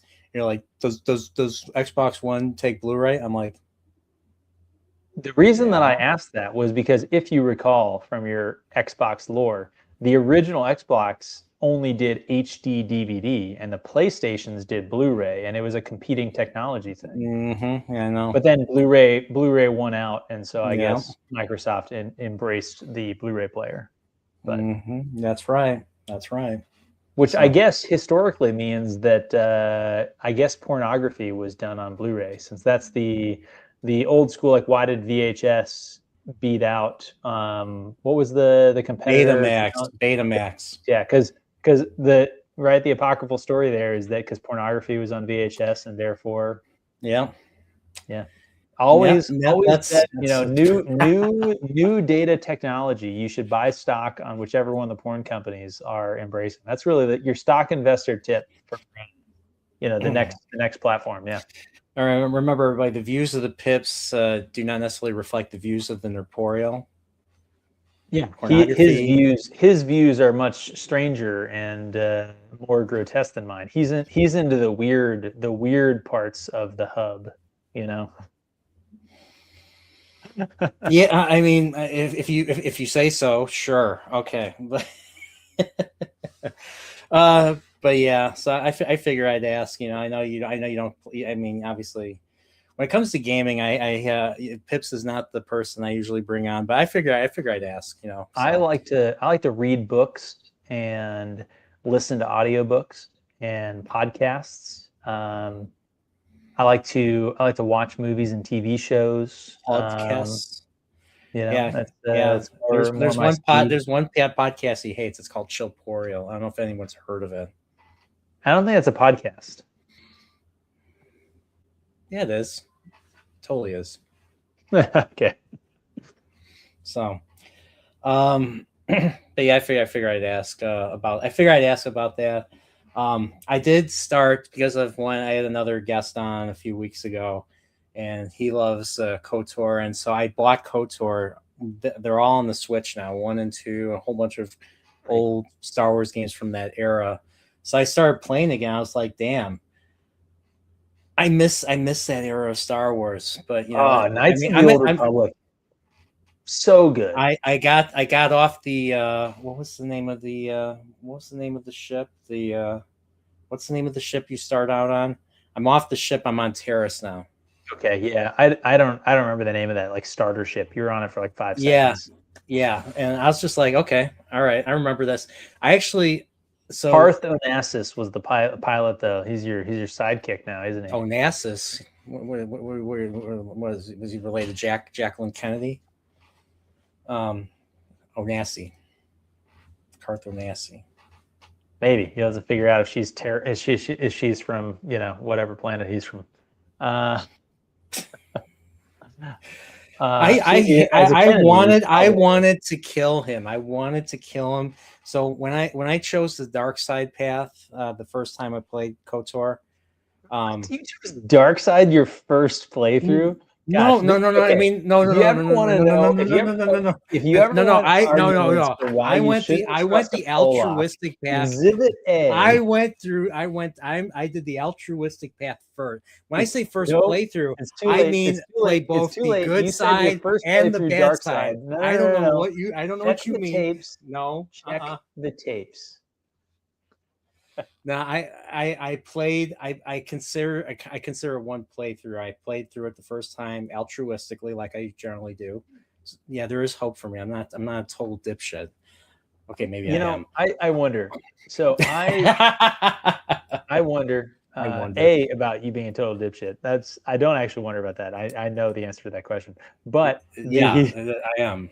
the like the meme about like people who's like, oh, I was gonna do the dark side playthrough, I was gonna do the like, oh, all evil, and then like the first question is like, do you kill these children? And they're like, well, maybe Yes. just this one thing I'll do. Yeah. Like it's actually really hard to be evil in an RPG. Like it's very hard. Like you So have I, to so I really- had to. So I do the good thing first. I always do play the good side first, but then I decide, you know what, if I'm gonna do evil, I gotta be a complete bastard. Like I have to like start fights. I have to goad people into fighting me and so that I can kill them. And I killed Jahani. I killed Jolie, Master Jolie. I really wanted to kill Karth, but he ran away. He ran away on the planet right before you get to the Star Forge, and so I was disappointed. But that ending when you take over as Darth, when you're Darth Revan and everybody's saluting you, that ending is awesome. That is an awesome ending. I love that. That is my preferred ending. Is the dark side ending? I'll have to go YouTube the cutscene for the ending, because I'll say that was awesome. I have never done a dark playthrough for any of the Star Wars games. So you take over the Star Forge and Master Vandar's like, it's over for us, no going back. And then the because you use Bastila's force meditation to defeat the Jedi, basically. And then after that, you're like, it's like Nazi Germany. You have all these ranks and everybody's saluting you and all that as Darth Revan. You take over the Sith Empire, and it's just awesome. So while we're talking about this, right? So let's talk new Star Wars, aka why I was right about Andor and why you were wrong. But well, I'm not. I maintain my criticism of season 1. No. You can't sit here in half measures. I want to hear it. Tell me I was right. Andor as a show, great show. You loved it. I love season 2. It's a great show. It's the best show ever. Some people are talking about it. They're saying it's the best show ever. I don't say that. Some people say that. Other people say that. I maintain there were parts of season 1 I really liked. There were parts I didn't really like, and I liked season 2 for the most part, except for the whole thing that you and I talked about it. Yeah. The whole. So we can talk a little bit. We can talk a little bit about Andor, I guess. But I do want to say that in my mind, if someone were to be like, how do they save Star Wars as like an IP for production? And we've talked about this before. The problem is not the IP of Star Wars. The problem is that the studio that could save Star Wars, I don't think actually exists. I don't think there's a studio out there that wants to tell the stories that need to be told to save Star Wars. But basically all it is you need to have a studio that has the balls to just take the story from Knights of the Old Republic and make that a TV show. Stop giving us the Acolyte and start giving us Knights of the Old Republic, and Star Wars would be back again. Well, they'll give you Knights of the Old Republic. They'll just make it gay. They'll just make it. But gay, that's what I mean. That's what I mean. Stop. Don't make it. Don't put a chick in it, and don't make it gay. Well, you can put a chick in it as long, but it's gotta be. I'm just quoting South Park. It's a South Park. I know you're going South Park, and I'm correcting your ass. But KOTOR, so Knights of the Old Republic 1 and 2. Honestly, you make the whole Revan story. There's a book series about this as well. So the Revan saga, great storytelling. That's that's Star Wars story. Did you play the Old Republic at all? No. Because it was like the online shit. I'm a huge fan of the MMO RPG stuff. I did that old school back. So I'm not the only person that does not like MMOs. So you're saying you're another human being? It's the opposite actually. I recognize MMORPGs for what they are. I think that they are a drug. Like they are addictive, and I think it is. I think that it is bad for people to get into those types of things. It removes your social life from like actual people. It becomes like a job of playing this game. You have raids that you got to do. Like it's all this stuff. It's very easy to get way too invested in video games, and you shouldn't do them. So like I went down that rabbit hole when I was like in high school, like back even honestly again before World of Warcraft was like the big game that it was. I played a couple of those games. And I had to like stop myself because I was like, my grades are suffering, and like this is a game. Like I just need to. I cold turkey. I need to stop doing this, and it's bad for you. You know what's funny is I never saw the appeal. I actually never I saw mean, the because I grew up on single. Like I told you, I grew up on single player games. I grew up on the classics, the Nintendo, they're fun stuff. And I'm playing. I'm looking at this game, and there's like you have to learn like a billion things. And of course, a lot of my friends here, you know, Kyle, Dread Roberts, who made the thumbnail, loves plays a whole bunch. He bullied me into playing League of Legends. Those are like the worst ones. I suck at League of Legends. Like honestly, if you want to talk about that requires insane learning curve. It's basically chess. Yeah, and he's explaining stuff to me. I'm just like I'm like I never thought I'd ever call myself this, but I'm totally retarded when it comes to this stuff. If you want to talk like the worst version of these games, the cell phone ones. So like Clash of Clans type stuff. If you remember that game, I think it's still a thing, honestly. Gadfly, 100% right. Parasocial relationships and dopamine milling. The like Clash of Clans type thing where like it's on your phone, which is like we're already addicted to our phones. It's already a problem for all sorts of things. Like there's tons of sociology and psychology behind the problems of cell phones. So putting those types of games on a cell phone is like just awful for the human condition. Like don't do it. If you have this problem, like you know why I don't have a whole lot of games on the phone, because it takes up too much space anyways. Yeah. So I don't. Anyway. You know what I play? You know what I play on my phone? I play Sudoku on my phone. I play crossword. Yeah. I play crossword puzzles. I do. Yeah. I play Sudoku or some math crossword puzzles just to exercise. You know, I do have a brain. I do have a brain. Let's see. But what I was going to say is, what were you going to say? So Knights of the Old Republic 1, Knights of the Old Republic 2, and the Revan series that they represent, right? Would be a great TV show or movie trilogy or whatever, right? Fantastic. They should do that if they want to revive the Star Wars brand and actually make money again. You know. They should remaster those games. They should remaster those games in HD. Well, they're making a remake. I don't know if you heard. They're making a remake of KOTOR. Really? That was announced a few years ago. Yeah. Well, okay. And they're gonna, and you know what they are gonna do? They're gonna make it lame, and they're gonna make it gay. Yeah, I'll believe when I see it. I don't want a remake. I want a remaster with maybe some like DLCs of like, you know, add some more planets. Well, I mean, they were supposed to add the HK factory in the second game, but they never did. No, they did. Huh? They did. No, they didn't. No, they re-released it on the Switch, and they didn't. Oh, on the Switch. Okay. Yeah, that level does exist on like the old school game. Not even in the old school game. It's like in like a special. It's like a DLC for it or something like that. Yeah.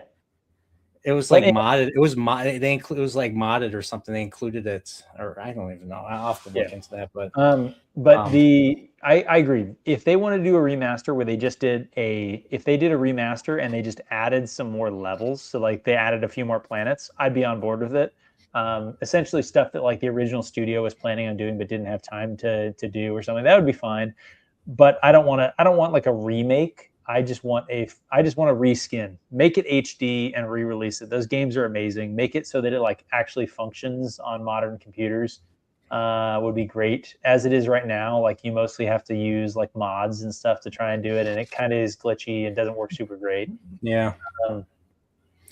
The other Star Wars stories that they could tell, the Revan series, the Darth Bane series would be a great, really like dark. It is the anti-hero, or not even anti-hero. It is just a villain. Darth Bane is the villain. But I mean, great series. And Have you read them? Have you read them? Yeah. And then also, I mean, get rid of the sequel trilogy. Like literally just say, yeah, that was a mistake. We're sorry about all of that. Those people are terrible. Everything about that was terrible. It's no longer canon. And then just make the sequel trilogy that the fans wanted based off of the expanded universe. Go do the Thrawn trilogy in live action. Make that a TV show. And never gonna happen. Anyway, Star Wars has a lot of stuff that could be used to solve it. Even though Andor was good, as I said before, and said originally. I mean, I'll say this. I think Andor season 2 was the series of the year for me in 2025. It was one of the few shows I watched where the subsequent season was better than its first. That's a hell of an accomplishment nowadays. So, yeah, I really enjoyed. I did really enjoy season 2. It was really fast paced, so that's the only issue I have with it. But that's because it was originally supposed to be 4 additional seasons, and each arc was supposed to represent a season. So, yeah, it was really like fast paced. So, yeah, it was weirdly like both fast paced and slow. There was some times where you're just like, but that's honestly like that's the problem with the mini. I mean, maybe the first arc was kind of slow. I just mean it's a problem with these like 8 and 10 episode like mini series things where it's like when you have like 8 or 10 hours to tell a story, a lot of people become very overindulgent in some of the storytelling and get, it's honestly. So Tripp and I talked recently about the show Pluribus on Apple TV. She hated it. I thought that it was good. Like it was fine to good. I started watching it. I got to the point where like everyone was getting affected and there was explosions and all that. And I just I fell asleep and I never put it back on again. It just didn't sell me. Which is the premise sounds very much like a Star Trek episode where everybody gets infected by these spores and they become lazy hippie like things. Of course, I think the story is they're more Borg like than anything. It's not a super novel premise. I think the interesting thing is the character kind of study that goes on in it. But I think you're right to point out that like this was a Star Trek episode, right? And I think that one of the biggest criticisms of the show is that like you really could have told this show in honestly like a 2-hour movie, right? You could have told the story of this show very well and fully in like a 2-hour movie. Instead, it is like 8 hours of TV, and in some ways they expand it and really tell some good stuff, but in other ways it drags. And that is the problem of like every single of one of these like mini series type TV shows. Yeah, and you would have thought that you would have a really long time to tell a story, and you have. And a lot of people you would have thought with Vince Gilligan, doing this, that there would be, that he also cast your favorite character. Who? The main character is from Better Call Saul. Well, yeah, I know that. What do you mean my favorite character? Oh well, yeah, I'm just saying that. Yeah, she's my favorite character is the other, the bald guy, the old guy. That's my favorite character. Oh, Mike. Sorry. Yeah. Yeah, because I'm bald. That's why. Yeah. Bald Brotherhood. So but yeah, I mean I watched it. I watched it. I asked Steve because me and Steve covered Better Call Saul, and I asked him what he thought of it. And he felt the same. He watched an episode. He wasn't interested, and so I was kind of in the same boat. I might if I get past some of the stuff I'm watching now. So what I'm watching now that I'm really enjoying, Night of the Seven Kingdoms is pretty good. Because it's adapting. And you're not even doing a stream on it. No, because I just don't feel like it. You've lost faith I think House of the Dragon season 2 kind of really did that, and plus I just didn't feel like it was like Sunday. I'm at the point now where I don't feel like doing multiple streams. Like I will do the Chillporeal with a guest because it's basically me and the guest hanging out, talking, having a good time, and so like cheers. But I think that's I'm not going to do like after shows. I don't think I'm going to do after shows anymore. I'm just not interested. And plus, like most shows, like nowadays for me, maybe I'm getting more sour in my old age, but I'm not really looking forward to shows as much. There is one show that I am looking forward to that Steve told me came back on. Primal came back. Okay. The Gennady Tartakovsky animated show. I watched the entire first 2 seasons, and then they're like, "Oh, we're gonna make it an anthology." So we thought season 2 was gonna be like the finale. Well, apparently not. He decided to continue the story of the main character, and it took a very interesting turn because part of season 1. Okay, so season 1, first episode, rip out your heart and eat it. That's how I basically describe it every time I mention it to somebody.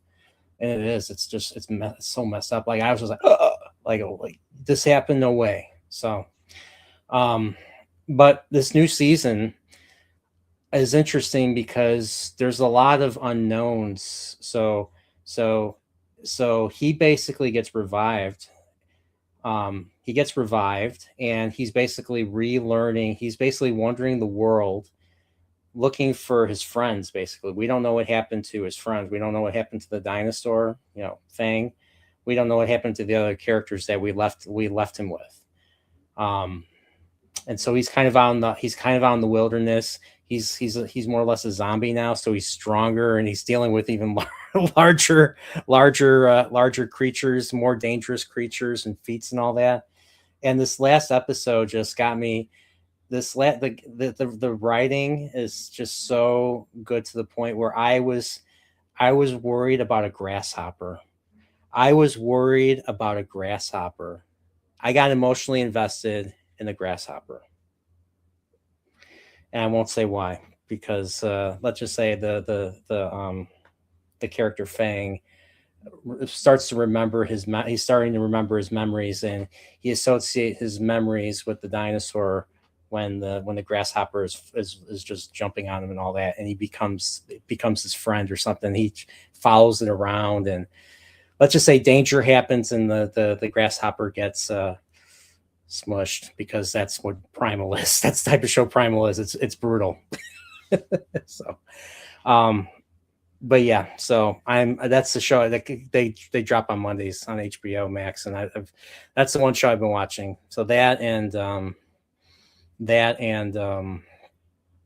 Night of Seven Kingdoms. So those are the 2 shows I'm watching, and there's some anime I've been watching, but that's old shit. It's nothing that Pips would like, because the only thing Pips likes is Death Note.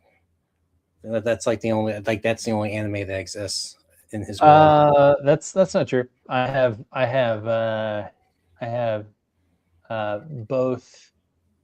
both high and low spectrum tastes. For example, Death Note and Black Lagoon.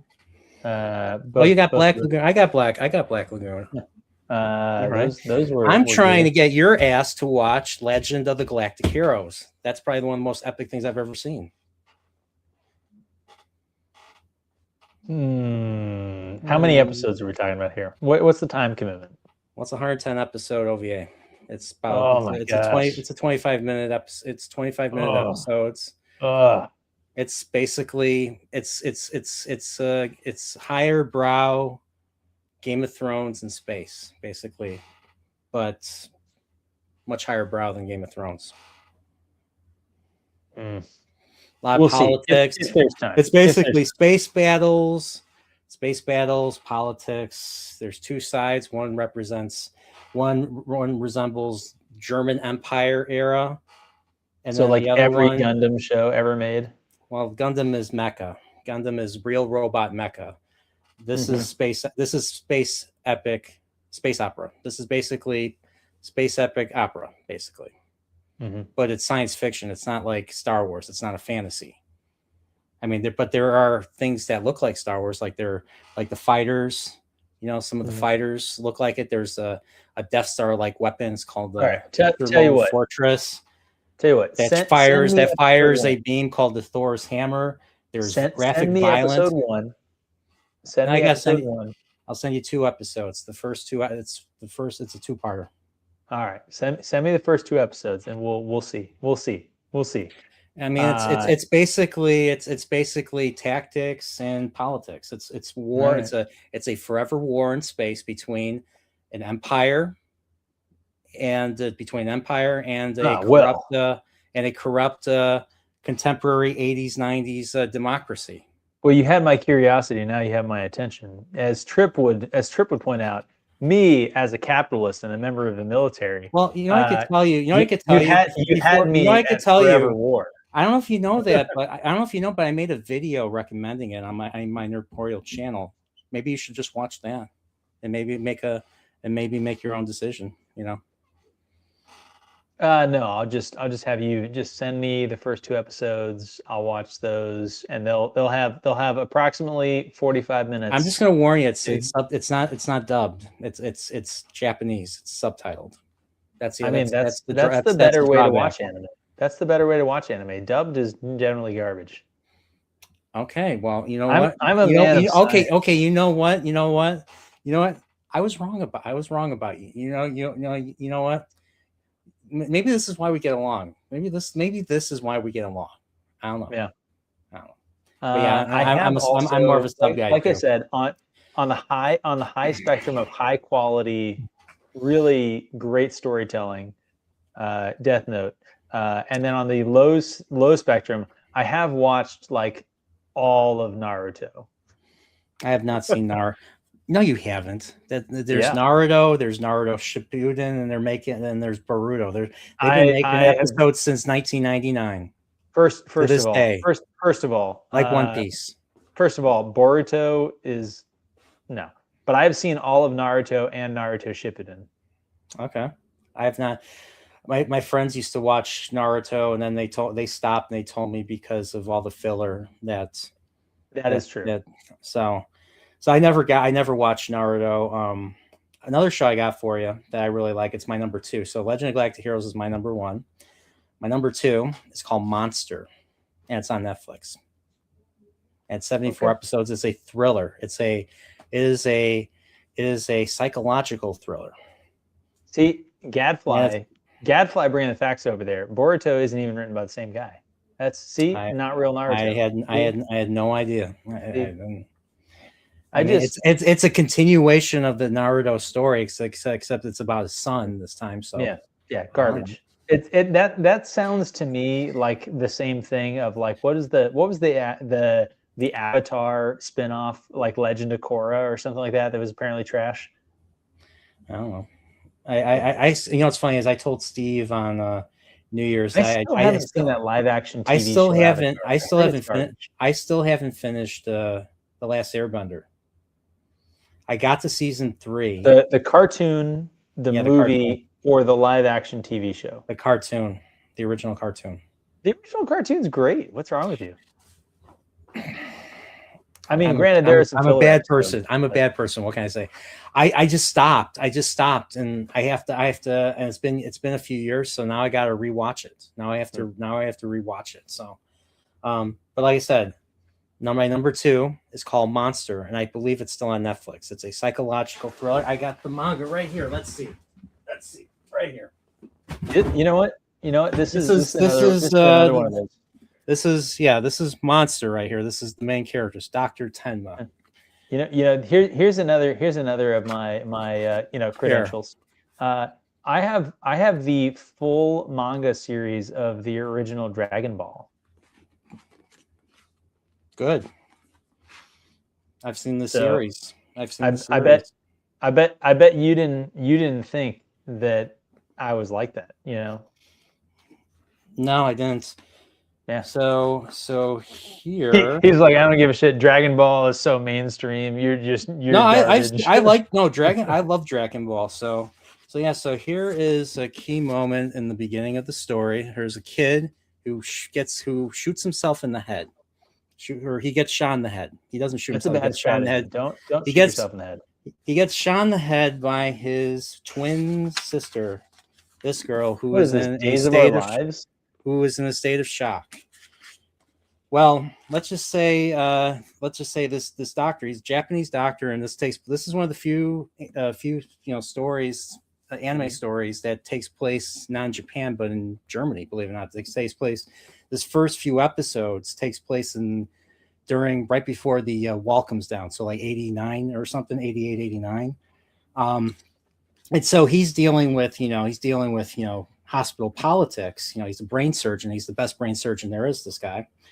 And he has to make a choice. He has to either choose to save this kid who is the adopted son of an ambassador, and he ends up killing his family.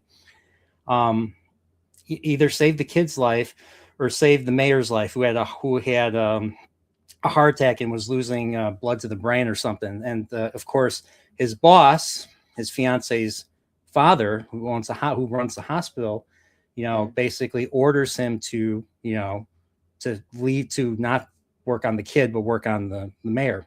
Well, he decides, you know what, fuck you. I'm going to save the kid's life. I'm not gonna lose consciousness. And so, he ends up getting in a lot of trouble, and because of that, he can't, get promoted. He can't really work anywhere. He's not going to get fired, but he can't really work anywhere else. And so, so he basically cries to the kid while the kid's in a coma, but is the kid in the coma? Because right after that, well, something happens to the doctor and his staff, the father-in-law. And years go by, and we find out that this kid grows up to be a serial murderer. This is Monster. All right. And this story was basically this manga creator, Naoki Urasawa, was like, you know what? I want to make a psychological thriller kind of based off of the old Fugitive series. So this character, Dr. Tenma, ends up becoming like Dr. Kimball. And he ends up being on the run from the law, while at the same time pursuing this monster all over Germany. So it's one of my favorite stories. It's terrifying. It's like Alfred Hitchcock, moments, a lot of psychological moments, some horror moments. You don't know who's good, who's bad, and nobody's safe. And even better, Wilford Brimley, an animated Wilford Brimley's in this. Sounds pretty good. All right. So this is my number 2, and of course, number 3 is, I'm sure you've never heard of it. It's called Cowboy Bebop. I heard that the Netflix adaptation was great and that everybody liked it.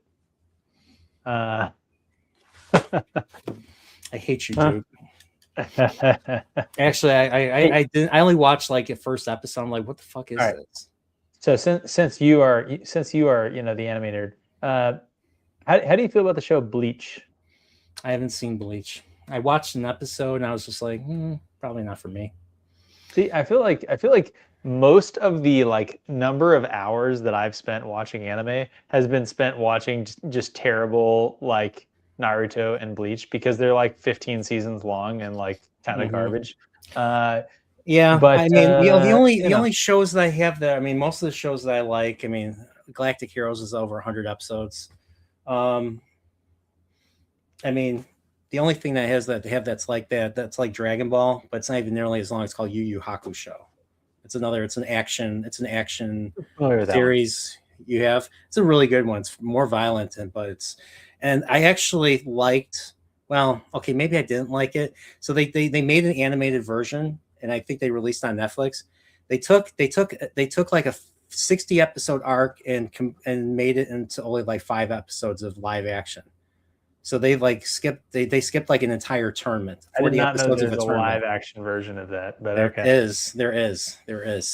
That sounds like it's probably about as good as the live action Dragon Ball Z. No, it's probably better. I mean, there's nothing worse than the live action Dragon Ball. I don't think it was called Dragon Ball Z. I think it was just called. I don't think so either. I think it was called Dragon Ball. Yeah, but No. agree to disagree. Wheel of Prime is worse than Dragon Ball. Oh, dude, I love Dragon Ball. What the fuck are you talking about? I love Dragon Ball. I love Dragon Ball Z. Wheel of Prime is the worst thing that's ever hit. I mean, Gadfly here is going to disagree because he's right about a lot of things, but he's wrong about that. Wheel of Prime is worse than even Rings of Power. Very true. Very, very true. That's why we get along. But yeah, I just want to claim I successfully made you break your commitment. You said you're going to cap this at 2 hours, and I successfly drug this on all the way. Yeah, because usually you're the one that wants. You're the one that's like, why am I doing this with you, dude? Well, I couldn't 2 hours. Like I have other things to do. I have a wife. I have a son. Even though there's, I couldn't let you get away with claiming that you'd be able to keep a 2-hour stream. I had to sabotage you in your effort. You sabotaged my character. You turned me into. Well, I'm not an alcoholic. But you've gotten me. I don't know, like the fact that I had two beers with Pips. I had 2 beers and I drank it all. You know how often. You had 2 beers and a shot of Malort, which I think is what they give to people in Guantanamo Bay. Actually, I think circling back. Well,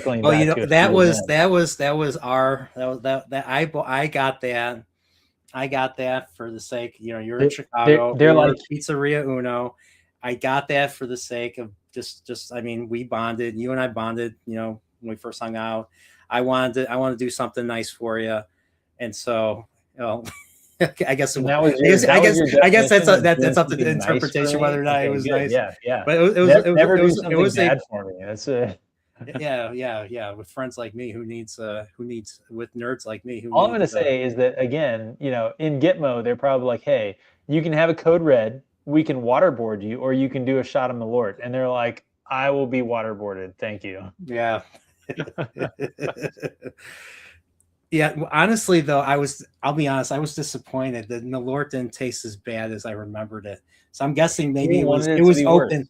It was, yeah, I think it was open. I think maybe it was open for too long and it lost a lot of its horrible flavor, Like I really wanted that cigarette ash flavor. Okay, so what you're saying is that if you ever were to have a bottle of Malort, you really want to leave it open for a long, long time. No, at least I think. I don't know, but I remember first having that drink with a few friends, and it was like the worst thing ever. I'm like, what the fuck? Like, what the fuck? Why'd you have me drink this? And they're like, because it's awesome, and we're friends, and that's what we do. So. And now I forced you to do it. And I don't think you've forgiven me. He hasn't forgiven me yet for. I mean, it was very recent, so the wound is still fresh. Don't ask me to forgive me this quickly. Yeah, it's I can still taste it, so it's too soon. Yeah. You were just like, okay. It was like the last thing we did. You're like, okay, I had enough of you. I want to get out of here. You got up. Even though I was the ride, you got up. You're like, I want to leave, and all that. What are you talking about? We stayed and watched your football team just absolutely choke. They made us stay late for no reason. I mean, just shameful. I know. You're actually not wrong there. Yeah. But yeah. How cold? By the way, I had to ask. I remember you're like, Chicago's garbage. It's so cold here.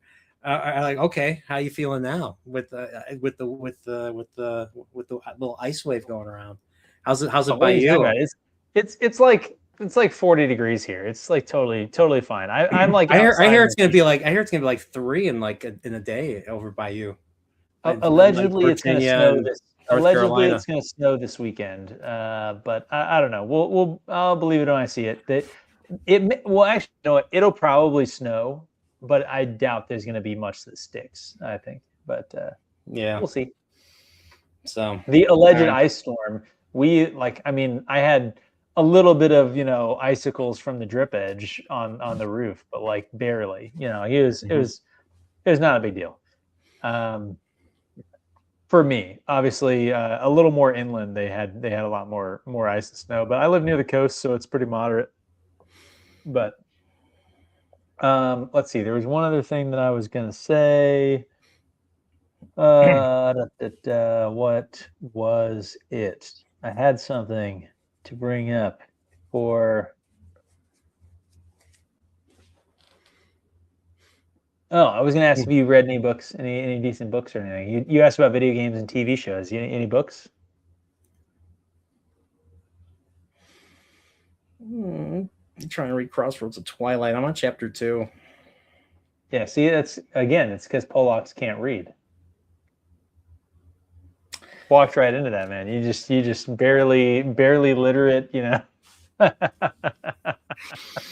barely literate. Yeah, I mean,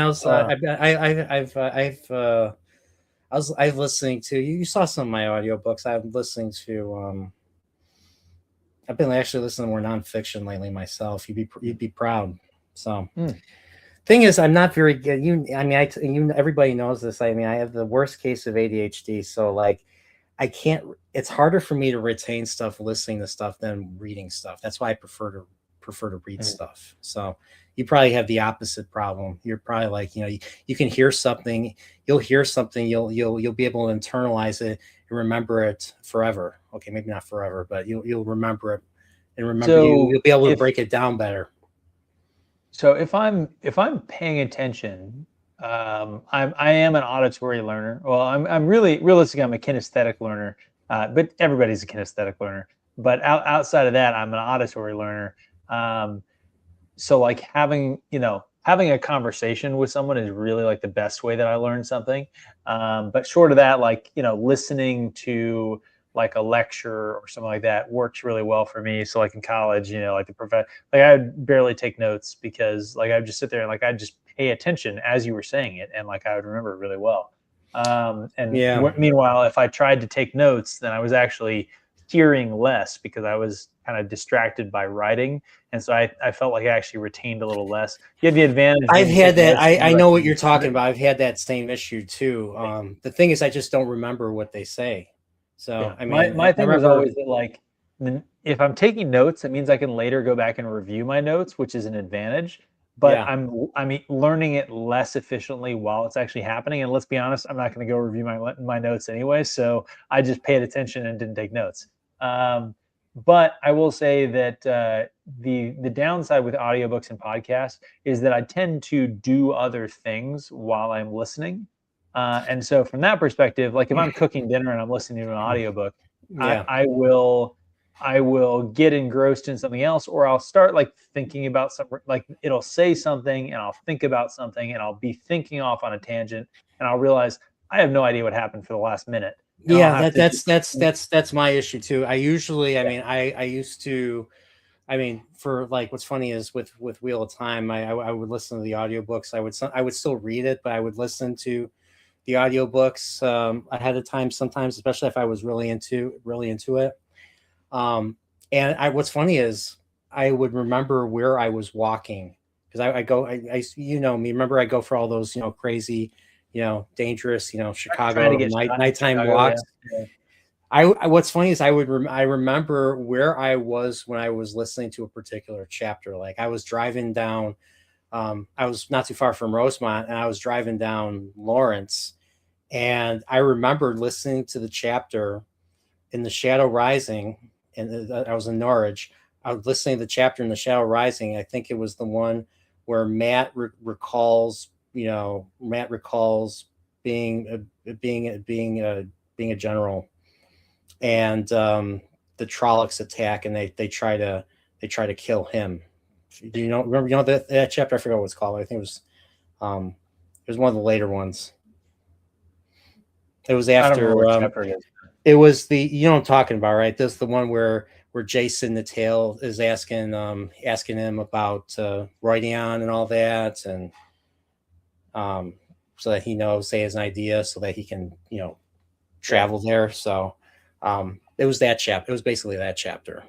So it was right after they meet the band, after they meet Lanfear and Asmodean and all that. So It was that one. I remember listening to that one, I and sometimes have that happen as well, where like I kind of remember like and the sort of yeah, and then there was another one. I was in I was by the I was really close to the Edgebrook area on Elston, and I remember listening to the chapter where Egwene has her trials, has her trials, and I remember where I was when I was listening to her final trial, where which is is foreshadowing Elida taking over the White Tower and all that. And like there was, what was there was 14, where there were 13 14 Aes Sedai or Dreadlords or something, Dread Ladies, and 13 or 14 Murdral or something. Does that ever pay off? yeah. Okay, so I mean I almost forgot about it until I just recalled this. So did it already pay off and I just don't remember, or did it not pay off yet? Read and find out. As a book fan. Yeah. Well, I'm not reading, so I'm not finding out. So because I'm getting less and less interested the more I read. You just need to get to Knife of Dreams. Knife of Dreams is great, and then the Sanderson books, I have my issues with them. Gadfly's in the chat here. He has his issues with them. He loves them. I know. But he loves them as much as he loves Rings of Power. You honestly, you will probably like them in that they are much punchier than not necessarily. So like I'm just saying that Sanderson's writing is much more fast paced. So to the extent that you're reading like Crossroads of Twilight and you're like, oh, this really drags. One, it's Crossroads of Twilight, which among all the books, Crossroads of Twilight just has is left holding the bag of like not nearly as big of the action sequences and stuff like that. There's still some good stuff. The last time I reread Crossroads of Twilight, I actually found a fair amount of stuff that I liked in the book, and I didn't actually like hate it, which is what my recollection of the book was. But I think especially as I got older and like have a family, there's some more stuff in the book that resonates a little bit with me, and I actually think that I do actually like it as a book. It's the weakest of the books in the series, I think, but it's not actually bad like I remember it when I think I was younger. So a little more mature. But I will say that I think that you probably, just from the things that you've said about the series in general, I think that you'll probably like Sanderson's style of writing. I tried reading The Way of Kings, and I just didn't really care for it. So I guess maybe you may not like his style of writing. Maybe that's not the right thing. I mean, Sanderson basically. So Robert Jordan is doing all this build up, and Sanderson gets to walk on and play t-ball and just like knock balls out of the park. Pretty much. He makes some mistakes, some big mistakes, some little mistakes. There's a lot of quibbles there. The fandom can sit there and debate a lot of it, but for a lot of your complaints, I think that you might like the Sanderson books. I still, even though I'm like bitching, I've been bitching for years. I know you're sick of it personally. I do intend to finish the series, So well, I'll just throw it out there that I think that you are less of a like lore and like world building and like all that kind of stuff. That's not true. Then, at least as it relates to Wheel of Time, then I think some of us are. So I think that when there's interesting world building, I like it. Yeah, well, your definition of interesting world building is wrong. But no, not really. I mean, what I was going to say is that the complaints that some of us have with Sanderson's books, I don't think will be the complaints that you will have. So I think that you probably will like. I mean, and I'm not saying that negatively. Again, I think Gadfly has a stronger opinion about this than I do. Like Aldan and other people who are big fans of the series really like the Sanderson books because they do have a lot of these payoffs that we've been waiting for as fans of the series. So like, I don't, I'm not saying bad things about the books. I have some issues with some thematic and character things that he did, but that's, me personally. It's, I basically view it as like, hey, he was a fan of the series who got to write the ending. And so other fans of the series can be like, hey, dude, I think that you're wrong about some of these things. Like there were fandom theories and debates about how things were going and the way things were developing. And he got to say, this is the answer. And people like Gadfly and I will be like, hey, dude, you're wrong. You misunderstood an important part of the series. And Techmex in the chat is also saying he likes Sando books, but he's Mormon, so like that's sort of a team. That's you got to support your team.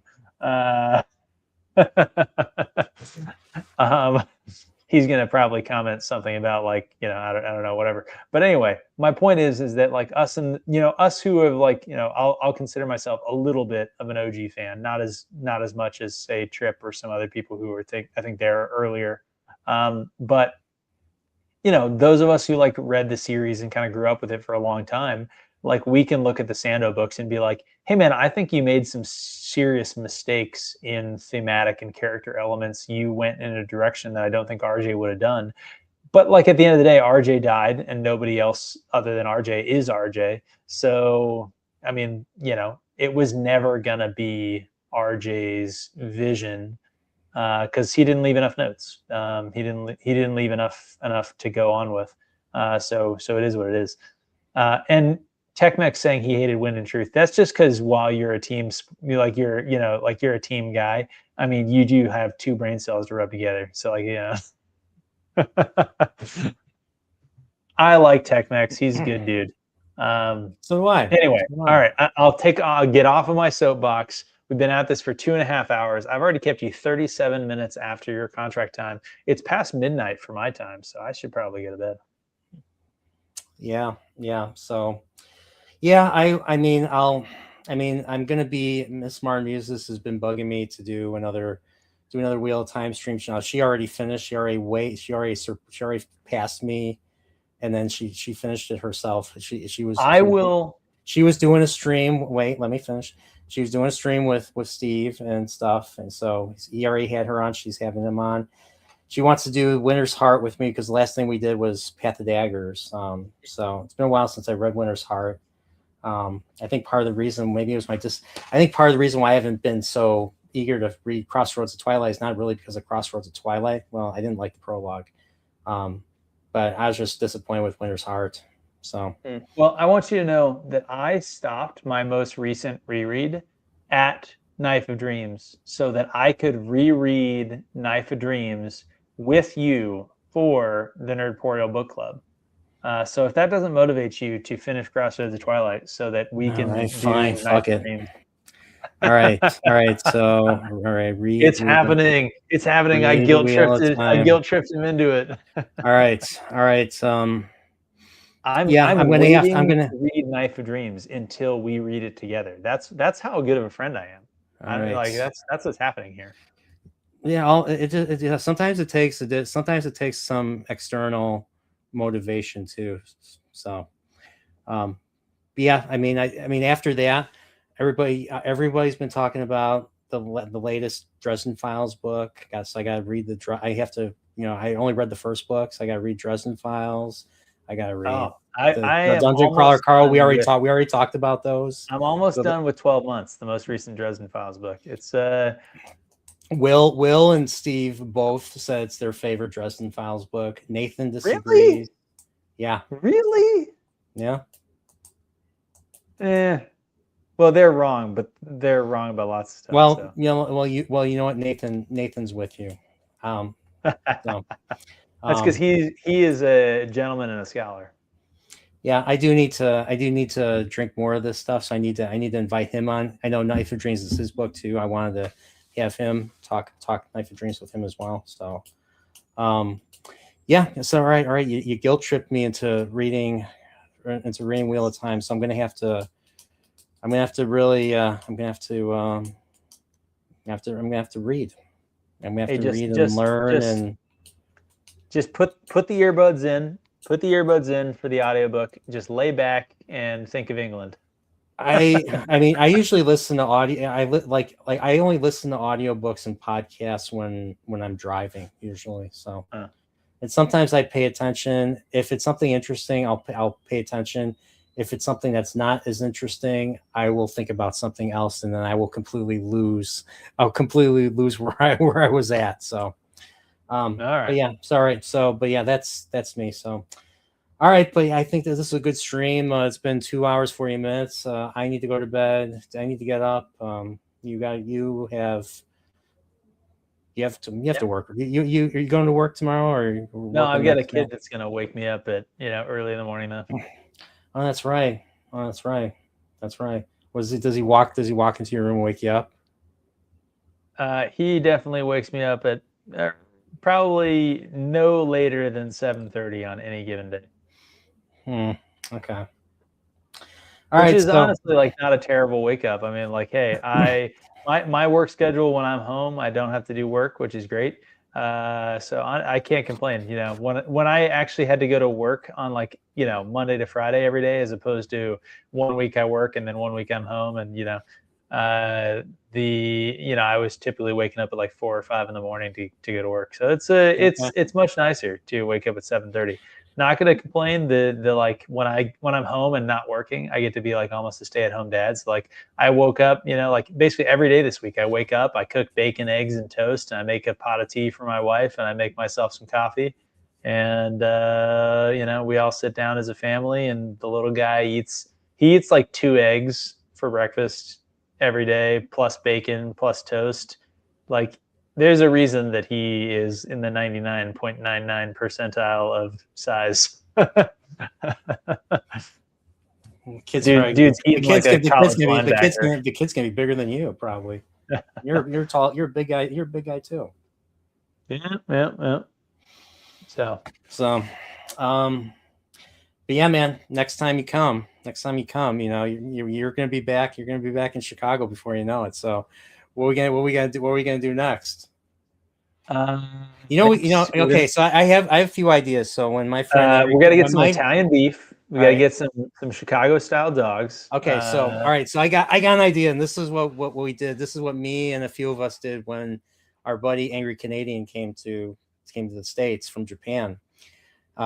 We went to the Galloping Ghost, which is an arcade, has almost every classic cabinet of almost every game there. So we gotta go there, and then we'll go to Gene and Jude's, which is not too far away, because we would go there and then we go to Gene and Jude's. What's Gene and Jude's? That and Superdog are the places to get a Chicago style hot dog. All right. Well, the question is how far away is that from like the airports? So that's the thing, is that like I'm always going to be kind of tied to the airport. So Galloping Ghost is in Brookfield, and that's south of. So we would have to take. So you were in when you were staying, you were in the Rosemont area. We would be taking 294 going south. Going to the south suburbs, basically. Brookfield's in the south suburbs, and then we just we go there, and then we go to River Grove, off of River Road, and that's where G and Jude's is, and then I take River North back to Rosemont. Even like there. Even like assuming you're staying by O'Hare. I was gonna say even like south of Midway. South of Midway, that's even closer. That's closer than. I mean, who knows? The next time I could be around Midway. The next time I'm there. So yeah, well, Midway's 65th and Cicero, so it's a little bit further away from me, but it's not too far. But but I think that's the next thing we should do. Maybe I'll invite my buddy Adam RNG, and maybe a few other people that we generally do this with. So. As you know, my plans, if and when I head out there, are almost always going to be very last minute. But hey, there is actually a chance I could start my trip there if I get a flight out to Chicago to like start a work week. I probably get there, afternoon, and I've have the afternoon off. So. Hey, maybe next time I'll give you a call on a Saturday and be like, "Hey, man, let's go to Galloping Ghost." But see, he didn't come to Chicago for work. He came because he missed me. It's been years since we saw each other, so I mean, that's why I came. He didn't even take me to a. And then he had such I a mean, great yeah. time that first time that he came back. He came back this month. And he didn't even take me to shoot guns. I took him to shoot guns when he came to visit me. But that's just that's the kind of host that because I don't have your I don't own any weapons. I don't have a license or anything. So I don't even know if I need a card to go and go to a place. I don't know. Yeah, probably. Oh, I went with All you. right, well, I went with you, and I went with Will. So who knows? See, that's the mark of a good friend. They take you shooting. Yeah, I mean, if that's the bond. I mean, even more than Malort, that's the bonding experience, and so that's all you, man. That's more than I could give. So, all right, but yeah, so to lead into the next Chillporeal, I have to ask you this question that you didn't answer before, buddy. Pips, have you ever seen a grown man naked?